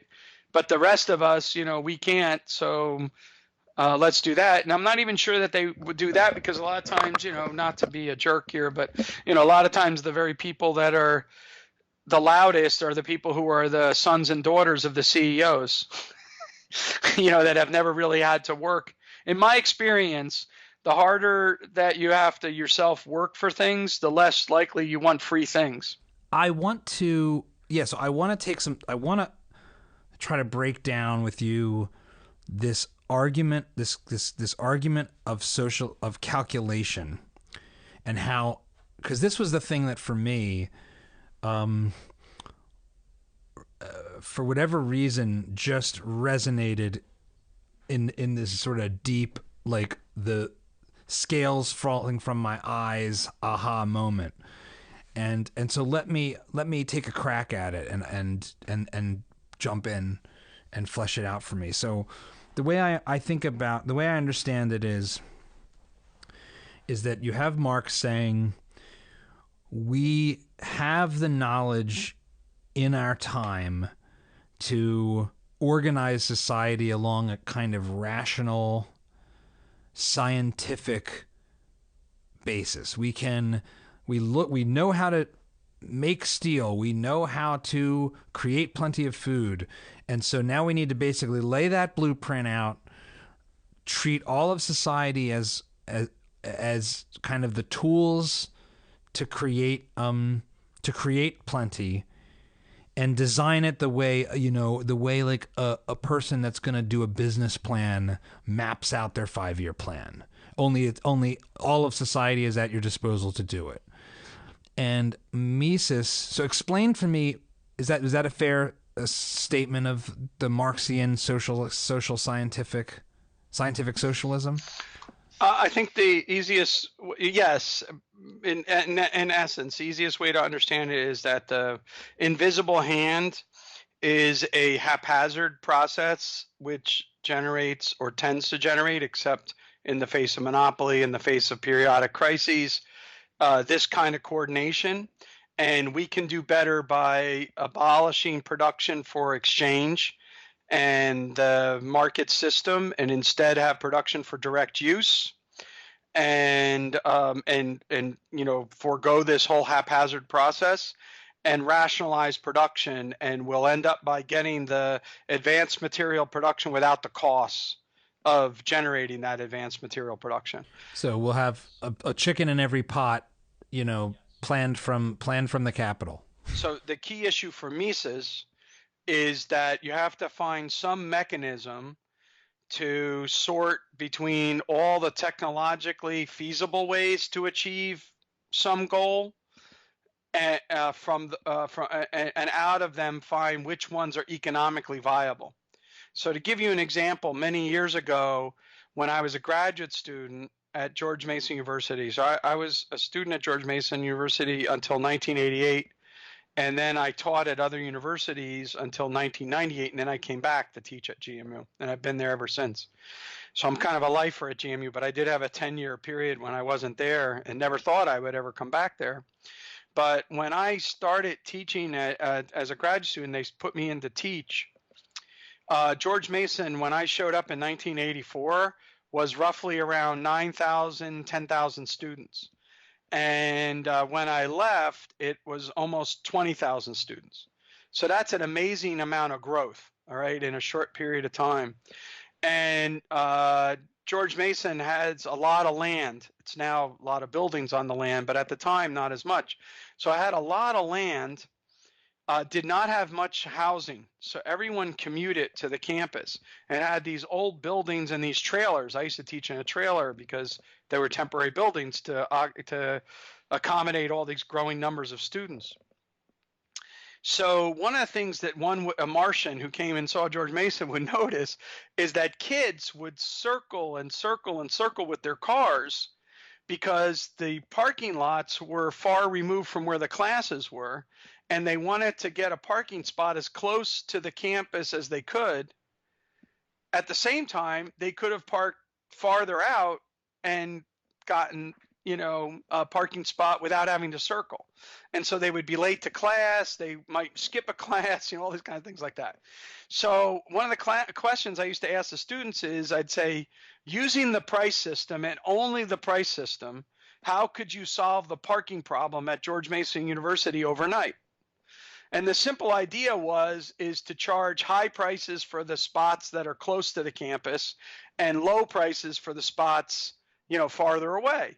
And then the kids would park in the lower cost prices, the faculty would park in the higher cost, cost places, and we would allocate the parking spots to the highest valued user. All right, that's the basic idea. And you should have heard the answers that I got. Students would say things like, well, what we should do is the government should mandate that cars only have 2 wheels. And then we could double the size of the parking lot spots. We should set up a helicopter, drop-off part, and then have parking back out on Braddock Road down near 495, and then you take the helicopter to campus and do all the things. They were already getting good at writing modern legislation, in other words. Right. All of those answers were, one, technologically feasible, and two, would have solved the problem, right, given the numbers and everything like that, but they were economically astronomical to do. And the reason how you know that, right, is because you engage in the process of economic calculation. It sorts out from among the numerous array of technologically feasible projects what are the most economically viable. The example of Mises's time was railroad tracks. You could build railroad tracks out of platinum, or you could build them out of steel. And there were actual arguments for technological superiority of building them out of platinum. However, platinum had alternative uses in the market, which meant that it was prohibitively expensive to build railroad tracks. Now, how do I know it's prohibitively expensive? Well, because I just told you the market price for platinum is high because of alternative uses. Oh, okay. That means I need to have markets in order to know whether or not platinum would be better to be used in railroad tracks or to be used in some other input into some other production process. And that's why, Mises's argument goes as follows. Without private property and the means of production, right, there's not going to be a market for the goods, for the means of production, right, for the capital goods. Without a market for the means of production, there's not going to be any monetary prices established for the means of production. And without monetary prices, there's no way to, as relative scarcity indicators, there's no way to determine whether or not you should use that good or that good on the investment project. And so waste gets built into the system, which by definition destroys the ability of the system to rationalize production and lead to the burst of productivity, which would overcome scarcity, which is necessary for us to move from the kingdom of necessity to the kingdom of freedom, which is the non-alienated, non-exploitive state. So to take a modern example that's especially relevant for the politics of socialism now, healthcare. So healthcare. My dad's a doctor. Both of my dad's parents were doctors. So I'm. The doctor gig. I can't. I know what it's like to be around doctors. That's all I'll say. But I care about it a lot. It's always been a passion of mine, concern about the healthcare system, just because of the family. And okay, so all right, so you go into a hospital and you got all these machines, and you've got all these procedures, and you've got all these capital goods, right, that go into the provision of medicine. And you've got millions of people with lots of different problems, lots of different ailments. And how are we supposed to determine how many MRI machines should be in any particular place at any particular time? Right. But even below the surface of that, right? So it's like, so how will we determine the components that are used to build the MRI machines that we don't quite know how many of which we'll need in any particular town at any particular time? Yep. And so on and so forth, all the way right down to, all right, I'm in an iron town, and I'm in a mining town in Western Pennsylvania. Where am I going to ship this iron ore to? Like, who's going to decide that for me? And I'm just talking about one particular device in one industry that in and of itself has hundreds and hundreds and thousands of components that are all made all over the place. So how do you do that, right? Is that kind of a way to think about? Totally. I wrote a paper early on in my career, which was about the veteran administration hospitals and the interaction between the political lobby and interest groups and the economic calculation of the use of medical supplies. So in the veteran, which is also a planned economy, the Veterans Administration, right? And if you think about it, what was going on was that the vets were a very powerful interest group after World War II. And then again with the Vietnam War, but this, and so one of the things is that when you're a vet and you first come out and you're very active, involved, what you need is acute care bed units, right? Because that's going to be the thing that you're going to suffer from. But when you get older, you need to have chronic care, bed units, right? you're infirm, you have, you don't need, it's not for a heart attack. It's not for, a broken hip or whatever. It's actually for, Alzheimer's or some other age-old diabetes treatments or whatever, right? Right. Cancer. Cancer, these things. And so, so you have acute care units, which are very expensive, right? And then you have the chronic care units. And one of the things that you have is then, how do you estimate, how many of those units should I have? And without an open market bidding or whatever, you're like sort of picking those, and they're subject to a lot of times political whim. And if the most loud political unit is the one that wants the acute care units, you end up by having more acute care units. But then in reality, you get more chronic care patients. So you have chronic care patients now employed in the acute care units. Right? Which means the acute care unit can't be used to take care of acute cases, and yet it's way more expensive than the chronic care unit, right?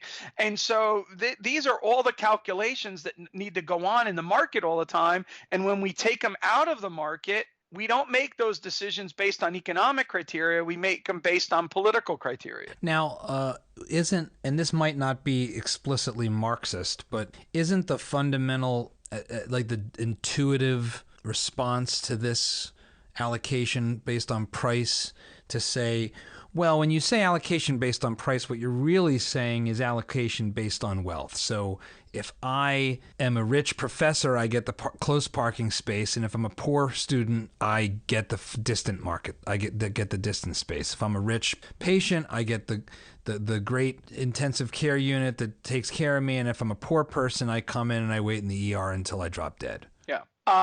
Look, again, this is there's a difference between the aesthetic of things, the normative benchmark of how we can try to do better as a society, and then kind of the hard-nosed reality of things. So to economists, we make this distinction between the willingness to pay and the ability to pay. And for many issues, we just go on the idea of willingness to pay. What we're trying to do is reveal preferences about goods and services. And one of the ways to get that is to have, in abstract, right, an auction to bid for how much you're willing to pay for that. And if you don't have, there's a distinction in economics between effective demand and notional demand. If I might have a notional demand to have a Mercedes-Benz, but my effective demand is to have a Toyota, right? Right. And isn't it sad that I don't have a Mercedes-Benz? No, because I don't have the ability to pay. So therefore my willingness to pay is constrained not by my notional demands, but by my effective demands. Now, some people want to say there's deeper injustice that led to those things. That may be true, and we could have a conversation about that, but that doesn't change the basic systematic examination that's associated right with how it is that some goods get valued and in the possession of other people. So you always have to think in terms of, the pattern of resource ownership, the role that prices play in guiding production, and the role that profit plays in luring activity, and the way that loss plays in disciplining activity. And all of that goes together to be able to try to match the revelation of preferences with the pattern of ownership in the economy. And when we try to say that we're not going to allow that to take place, that's okay, but now tell me what the alternative is going to be. And so we're going to choose to allocate based on something other than the willingness to pay. Well, we end up by picking other criteria like who's in line, right? Or who do you know? Who do you know, right? And so then you have to do the comparison thing of the institutional comparison about what does it mean? You could say based on, ethnicity. Think about the different rationing systems throughout human history, right, that have been used other than the price system.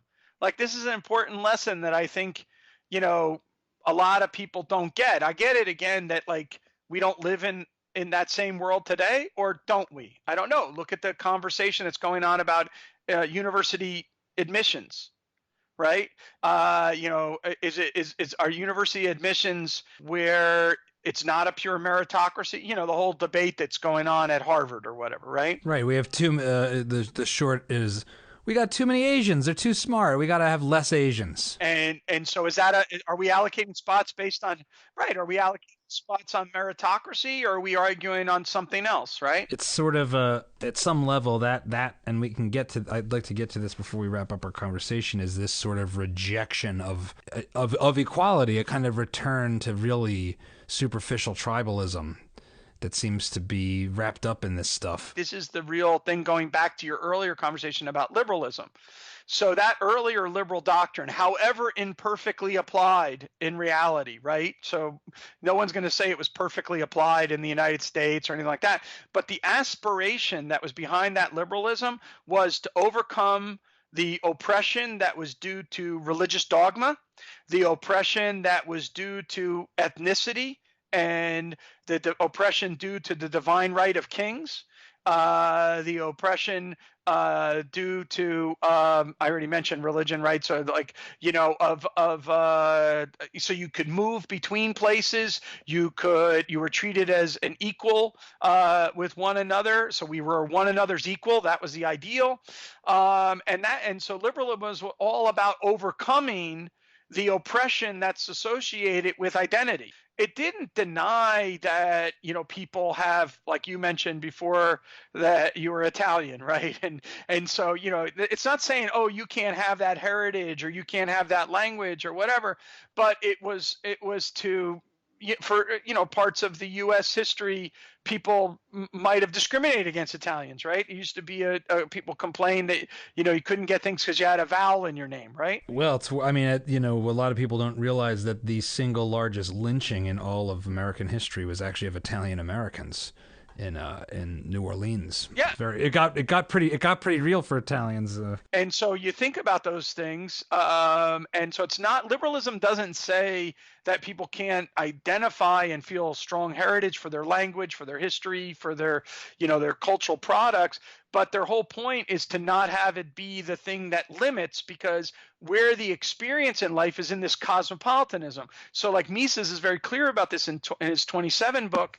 You know, he argues that the liberal is a cosmopolitan. That is so shocking to me today, because there's like this new emphasis on trying to not get beyond our identities or merge our identities, but to insist that our identities are the most important thing, and we should get privileges based on the various different identities. What I want to spend our last bit of time together talking about this. So to sort of summarize, if you will. But by the way, that wouldn't be Marx either. You know, Marx was about Marx in this sense is consistent with the liberal project of, it's a project for humanity in general. I went to a fantastic exhibit at the Tate in London, which was called Red Star over Russia, I think. It was the propaganda film, propaganda art, prop art that was used in the Soviet Union in the 1920s to promote like the revolution as they spread across.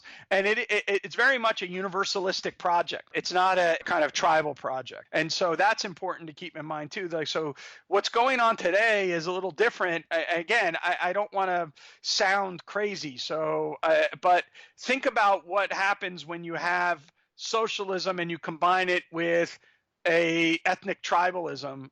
What actually did we call that in the 20th century? Yeah, National Socialism. Yes. And that's a lot different from the international liberalism and keep in mind, you know, Mises and Hayek and Robbins and other liberals of the mid 20th century, you know, they're witnessing of this horror in the first half of the 20th century. They identified it with the odious racial doctrines that they wanted to agitate against. And so laissez-faire, the resurgence of laissez-faire liberalism in the second half of the 20th century is again a reaction against the tribalism of odious odious ethnic doctrines, which is the reason why, for example, Mises, you know, here's a guy who had to escape from Europe, you know, because for his life, you know, first from Vienna to Geneva and then from Geneva back to the United States, you know, he had to get out of Dodge because otherwise he was a Jew threatened with his life, you know, that he was going to lose his life. And so the idea that somehow Mises, which gets perpetrated sometimes by people on the left, that Mises somehow is a apologist for, fascism or whatever is just absurd. It's a insulting to a man whose life was threatened and by this and simply an absurd intellectual position to hold. And so this is why this kind of conversation that you want to have in the broader educational world is so important, because the conversation is distorted in a serious way. I do believe I remember seeing somewhere that in one of his writings, Mises, in a sense, credits fascism with, I suppose you could say, keeping communism from spreading even farther than it had. Is that? Am I remember that correctly? So that was published in 1927. Oh, so that's before the rise of Nazi Germany. Yes, and it's in terms of the Holocaust. Right. It's published in 1927. It's written, before that, because you don't publish books the same year that you don't publish books the same year you wrote them. He's referring specifically to in Italy and how the fascists have sort of forestalled the advancement of the Marxist destructionism there.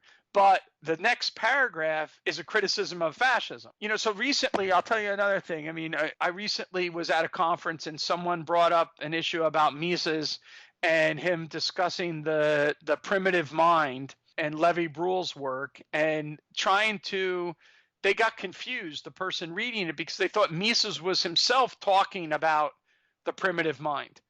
But Mises' whole point, because remember, he's not a polylogist, so there is no primitive mind, right? That's what his critic was saying, or the person he was criticizing. He was actually trying to argue, no, that's nonsense to think like that. The peasant in the past was just as rational as the accountant today, right? They just had a different context within which they were engaged in their rational activity. But the person was dead set on trying to say, oh, look, Mises believes in that savages, were incapable of thinking rationally. And it's like, that's not his argument. Could you just read the text?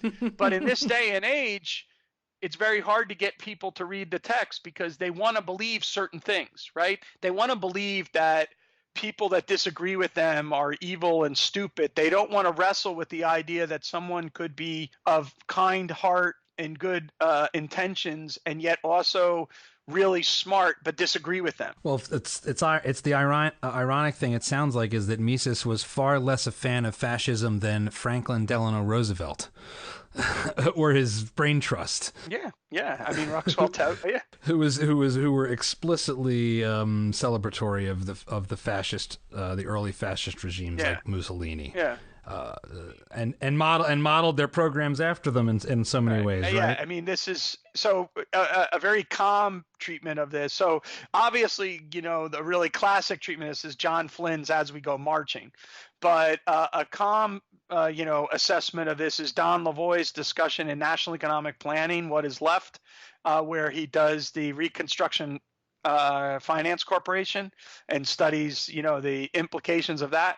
But also, of course, you got to, look at Robert Higgs's work on this. It's very good about, what these he captures in essence what the policies were about in their interactions. Yeah. So you just used this term polylogism. I want to understand something about our modern identity politics and to what extent it has its roots in Marx. So at one level, you see this class struggle. Marx lays out the march of history as this dialectic that's continually between oppressors and oppressed classes. And he sort of says that the industrial capitalism basically created a kind of new ultimate meta version of past class warfare, because now we have basically two classes, the bourgeoisie and the proletariat, and that's everybody. We used to have serfs and feudal lords and kings and their subjects and all these other coexisting, interrelated classes in constant struggle, and now we've just got the proletariat and the bourgeoisie, and that the existence is marked by that. Is that would you say that's a fair kind of summation of Marx's class struggle framework? Well, definitely. I mean, that's a good summary of the class struggle framework. framework. The question is whether or not the solution to that is to shore up the identity or find commonality. So remember that the old appeal of liberty, equality, and fraternity or solidarity. These are for the workers to unite, right? Not to pit themselves against one another on different things. So they find common ground. It's a universalistic claim, not a particular claim. And I think that's one of the real problems. So Marx could have as an unintended, undesirable consequence tribalism, but it certainly wasn't a desired outcome of his position. Though his position, this is where it gets funky, his position might ultimately reside from moral intuitions which emerged in our tribalism. This is Hayek's point about the difference between the intimate order and the extended order, that our evolutionary past is tribal. Right, and we have our moral intuitions, in particular our moral intuitions about sharing and other kinds of norms, all come from that tribal past, whereas our moral demands of living in the great society require us to adopt different mores. So our moral intuitions cut against our moral demands, and it may be that Marx's criticism of capitalism fits with those moral intuitions. But right, it's the exploitation, it's the alienation, and then the mechanics of going through the monopoly and the business cycles and state monopoly capitalism and imperialism and war.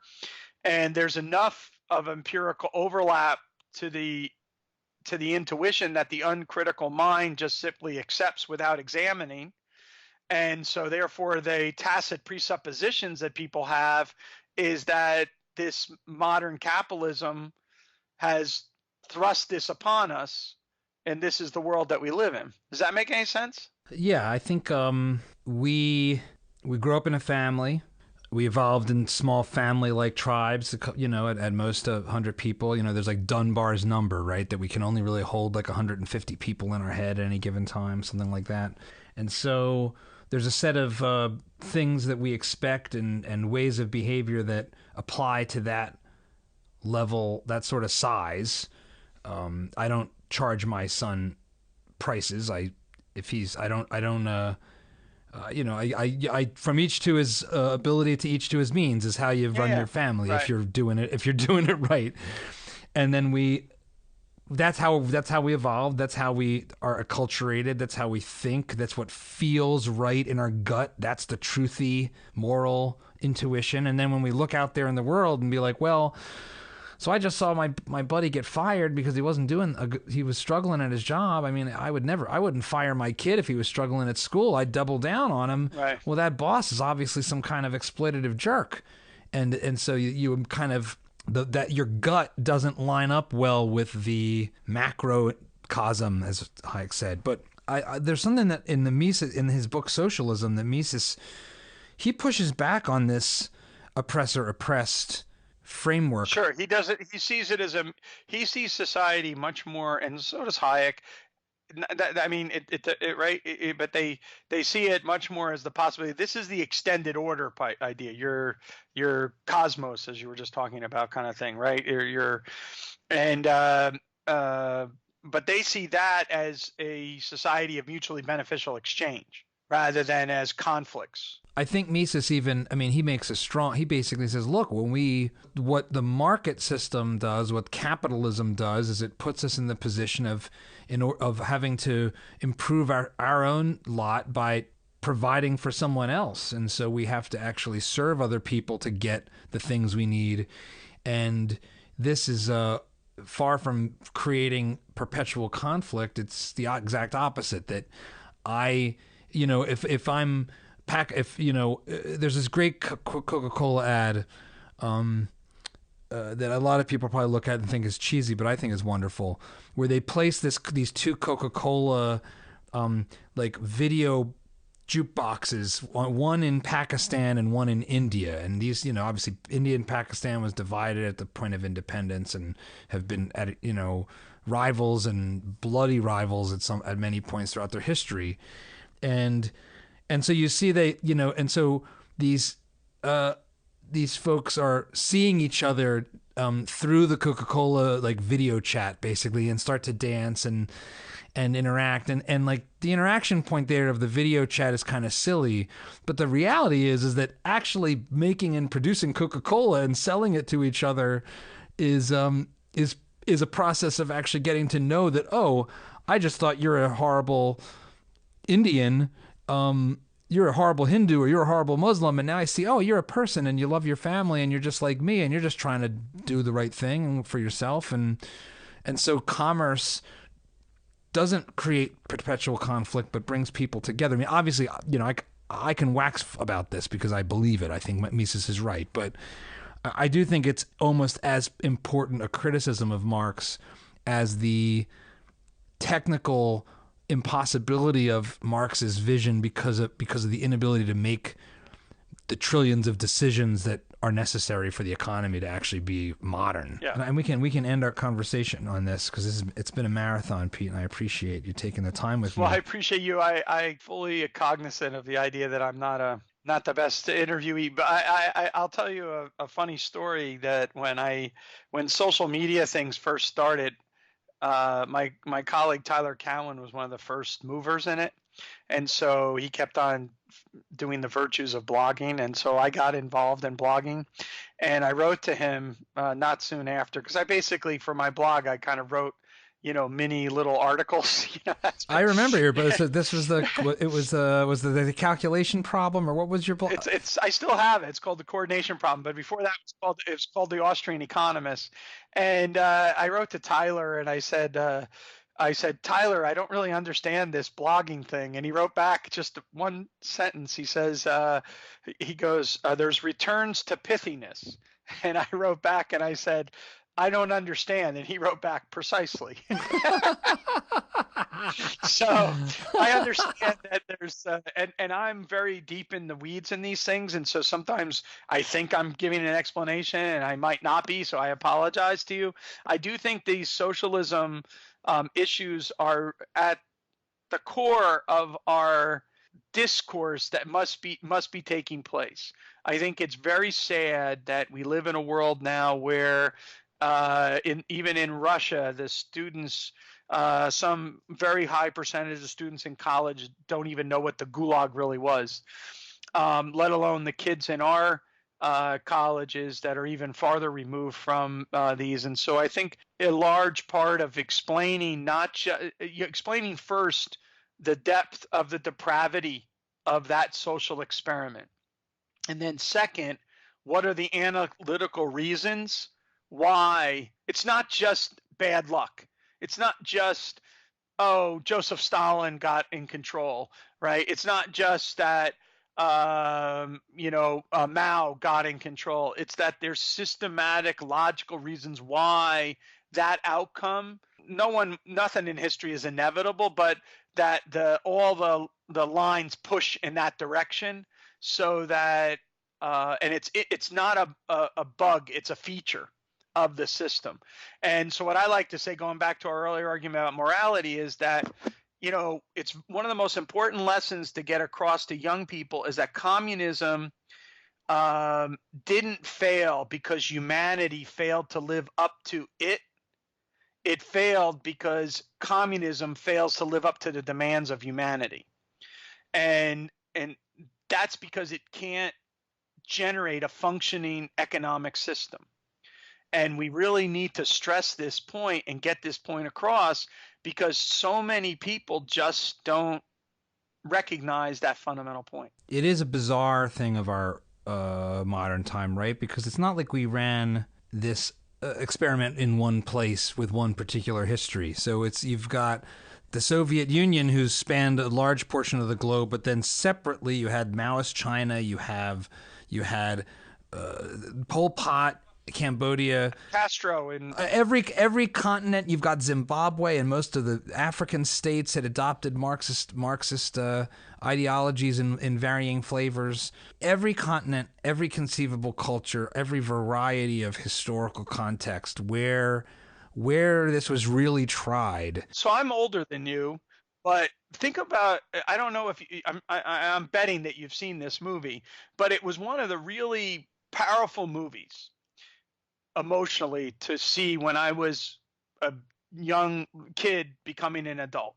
And that's The Killing Fields. And that Killing Fields is about what went on in Cambodia. And the problem was, it's an unbelievable movie. It's very moving, and I recommend it to everyone to see. But they don't really explain why it is that the Khmer Rouge did what they did, or what the Khmer Rouge means. They just had, here's this guy who was working with this journalist who got stuck behind after the fall, and he had to survive the camps and do all stuff like that.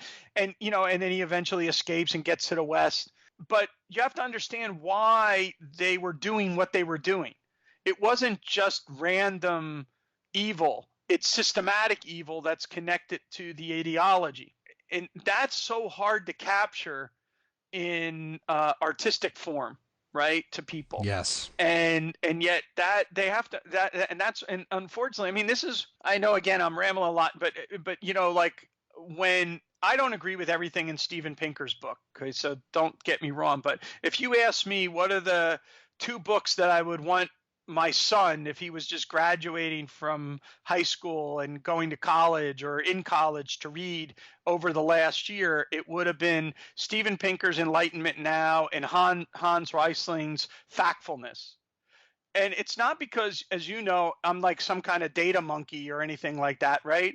It's because I actually believe that reason and evidence should have priority over outrage and emotion. We're kind of living through a period of time where outrage and emotion have, been the default. And so then the question is, okay, so we're there now.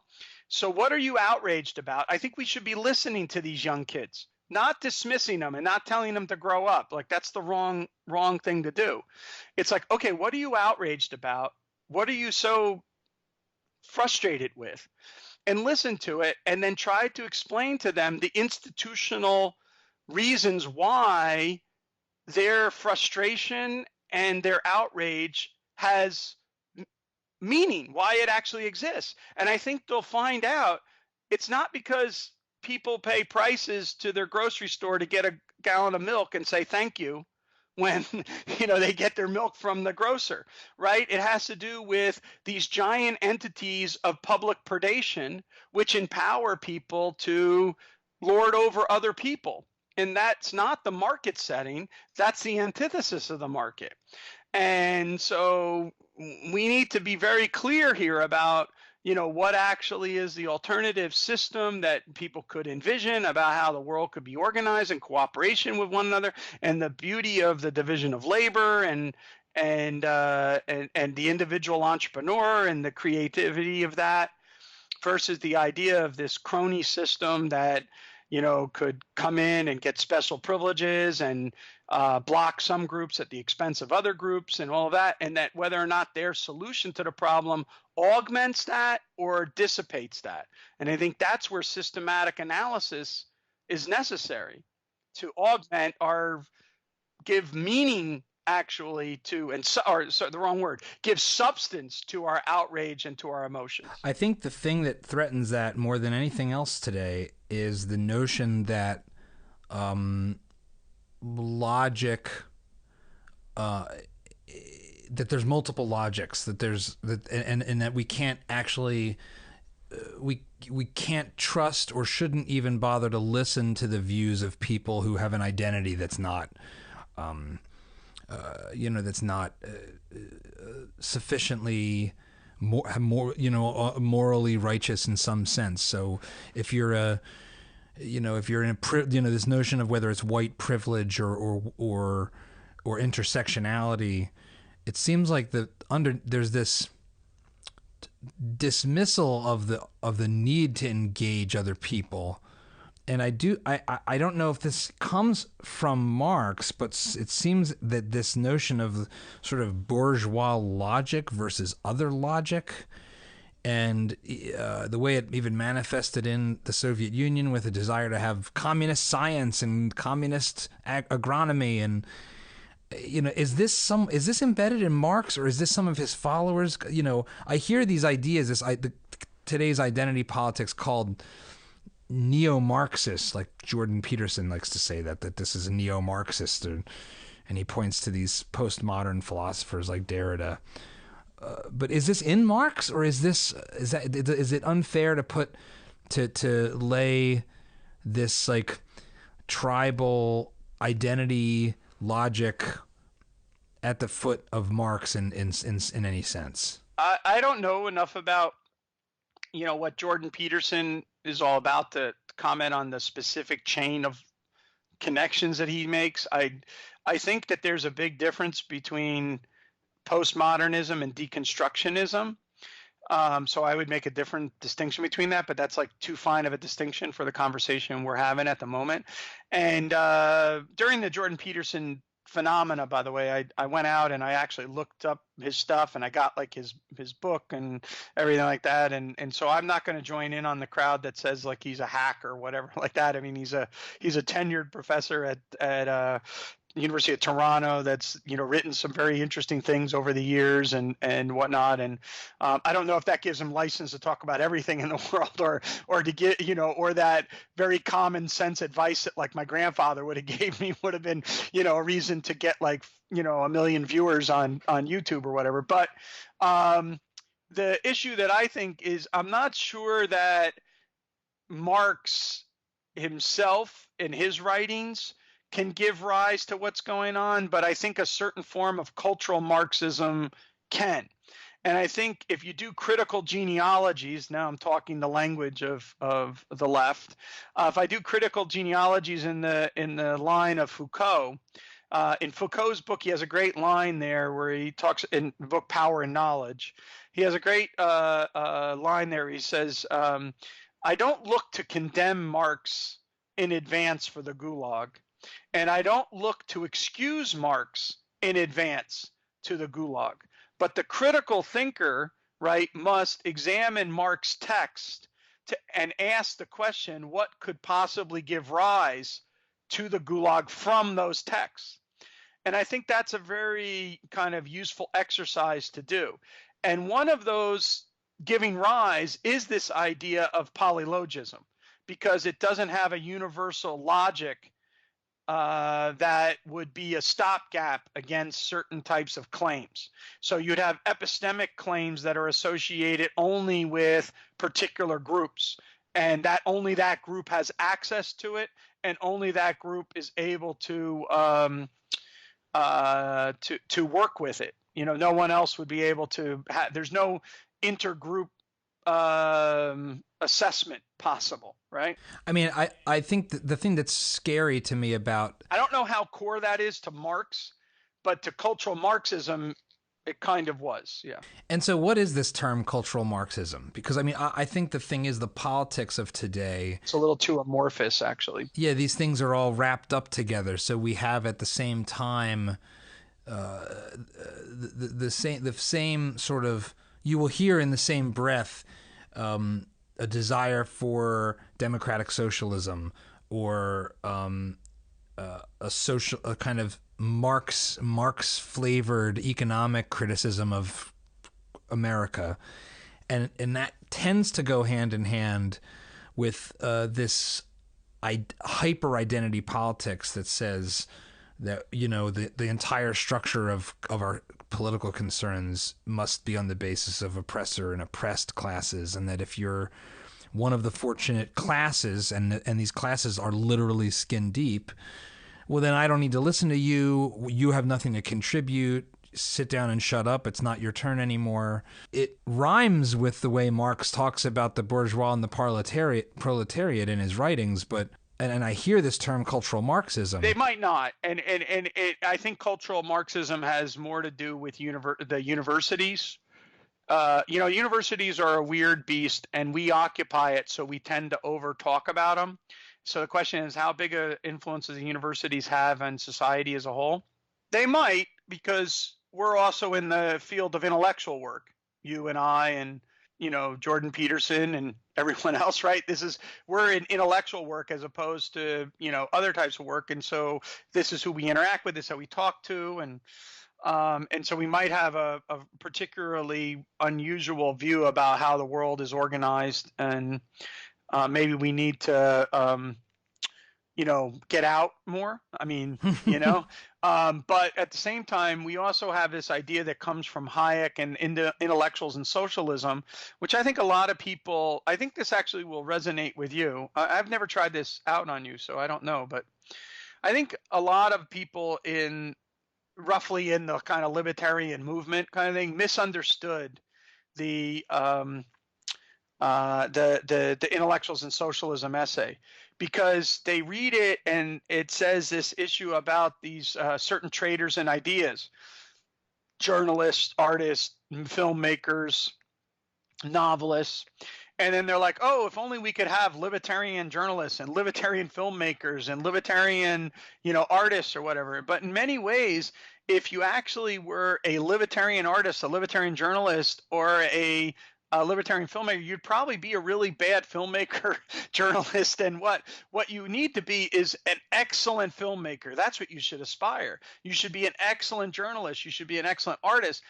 What the socialists did that was so well in the period of time from Marx until the time Hayek was writing was they controlled the tacit presuppositions of the intellectual class. So that they captured that aesthetic for them, right? They gave them that aesthetic. This is why I was bringing it up. And so as a result, in order for me to be an artist that captures the zeitgeist of a period, I'm not trying to be a socialist filmmaker, but my film is socialistic because that's the zeitgeist. And I'm like capturing the moment, right? And the same thing with a journalist, or same with the way they spin it. They don't have, it's not like a framework that's subject to refutation, because it's a framework that was adopted tacitly by them about what it just, when they look out in the world, the simplest way to think about it is when they look out in the world, they see it as a zero-sum game. So capitalism is a zero-sum game. They would like it to be more of a cooperative game, but they see capitalism as winners and losers. And to us, like market people, I can't tell you why we think like this, but when we see capitalism, we see it as win-win. Like I said before, when I go to the grocery store and buy my gallon of milk and I pay a person, not a machine, when that comes around, I say, thanks, have a nice day. And they say, thanks, have a nice day. Right? We both went back and forth. We both say thank you at the end of the exchange because they prefer to get my money. I prefer to have thy milk, right? And we have a mutually beneficial exchange. That's not a zero sum. That's a win-win. And I see all kinds of things in society as win-win, potential win-wins, not win-lose. And yet other people, our president, for example, when he thinks about things, the art of the deal for him is I win, you lose. Right. It's we have to win. The trade wars can't be won. Yeah. I want to give you my take on this artist question, because I'm a big fan of that paper, the intellectuals and socialism, and I also like to think of myself as a decent artist. I actually think there's something that Hayek missed in that paper, at least insofar as you enunciated this notion that, the socialist or the Marxist mentality kind of became like the backdrop for all these industries. I think that stories necessarily are about individual people facing struggles and obstacles, and how those people overcome them reveals the nature of who they are. And what we care about with a story is actually who someone is, like what their intentions are, what kind of person they are.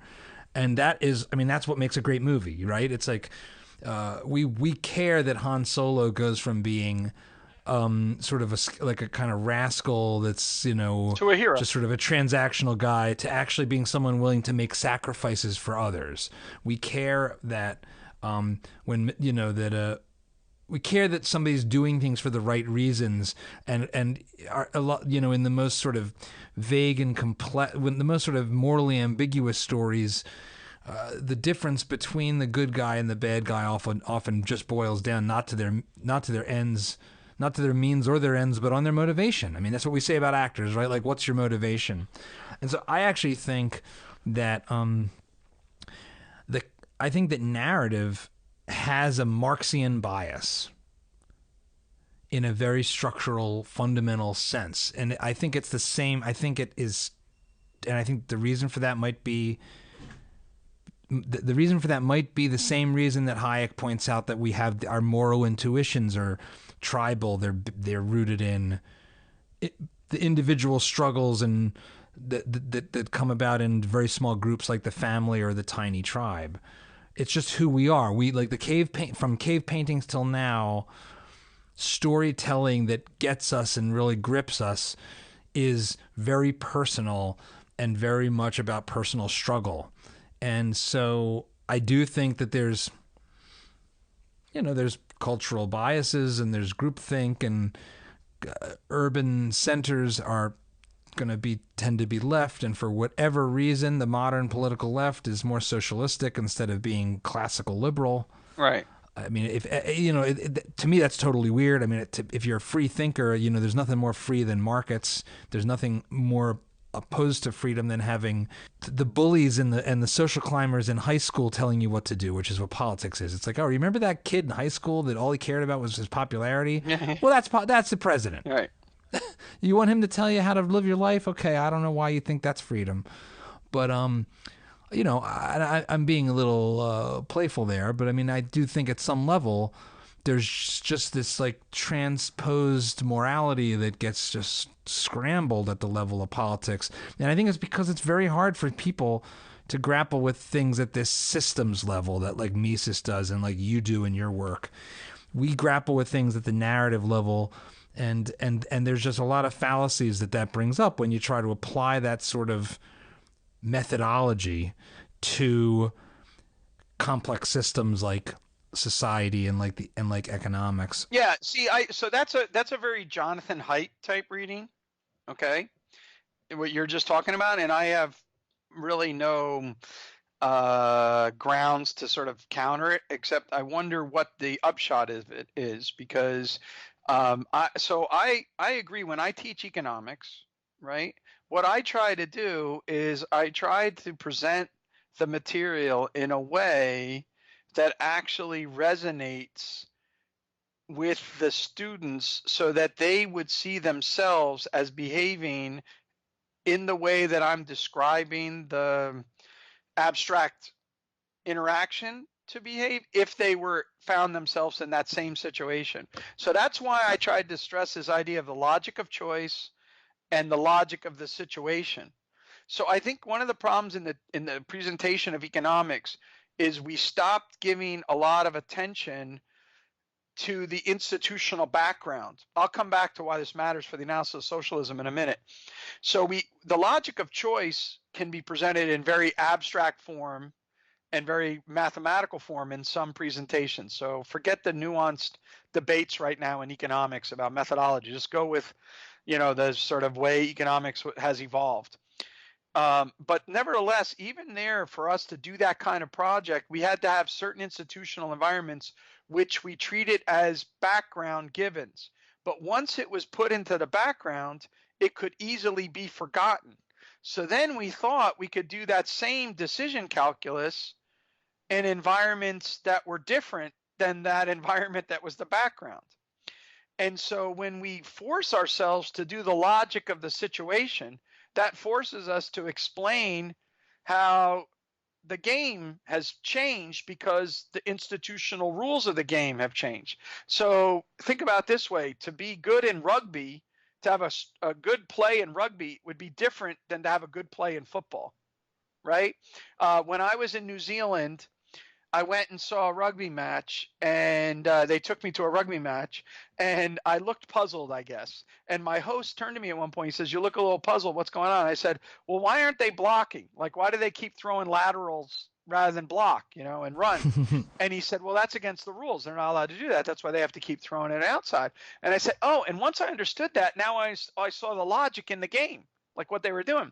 At the end of the game, he told me, they have a they play 11s, and then they play this tournament, I think called 7s or 8s, where they only have 7 or 8 on the side rather than 11. And the Americans came over to play, and New Zealand's, king of rugby or whatever. And so the Americans were getting destroyed. It was like, 50-point difference or whatever. And so they stepped back at one point, and they sent the guy down the field, and they actually threw a forward pass, which isn't allowed in rugby. And so they threw it past, the guy caught it and ran for a touchdown. This wasn't at the game I was watching. My host was telling me, and he said the crowd all cheered him on because they did that. But that game's different than the game that's playing rugby. And so the question is that what are the various different institutions that are required in order for us to be able to play the game that has its own internal logic? So socialism tried to achieve the same material outputs that were being achieved under those rules of capitalism, of private ownership, of profit and loss accounting, and prices, private property prices, and profit and loss accounting. Now what they're going to do is they're going to abolish private property. They're going to have administered shadow prices, and they're going to abolish profit and loss. And they're just going to substitute in what they call trial and error methods, right? And so, or material balances, or what other mechanism they think they come in.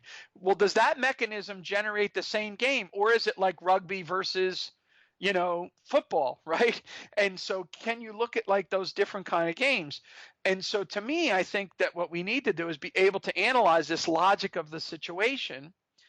And that means that we have to bridge the gap between the motivations of the individual. So rather than focusing on different players produce different games, instead focus on same players, different rules produce different games. And moving from that issue of motivation to rules, that's really, really difficult to get people to buy into. And so that's where the real task of the art of trying to teach economics to people comes in. Does that make any sense? It does, Pete. And I think with that, I want to thank you for taking all this time with me today. John, I love talking to you. I love what you do. I've told you this before. I think that what you did with that rap video, but even I'm the nerd, right? So even as a teacher, so not only the rap videos, but the resources that you made available on Economic Stories, they were phenomenally important resources. And I hope that 100,000 of your millions of viewers at least looked at the resources, because if they did that and they had that availability, they would have a much better understanding of why we had the problems that we have and why we haven't fixed them yet. Well, thanks a lot, Pete. I really appreciate it. It was great fun what you did, but it's also a fantastic economic tool. Thanks for listening to the Emergent Order podcast. If you haven't already, be sure to subscribe on iTunes, Spotify, or your favorite podcasting app. If you're interested in being a guest, shoot us an email at podcast@emergentorder.com. Our producer is Jesse Bennett. Thanks again, and speak to you next time.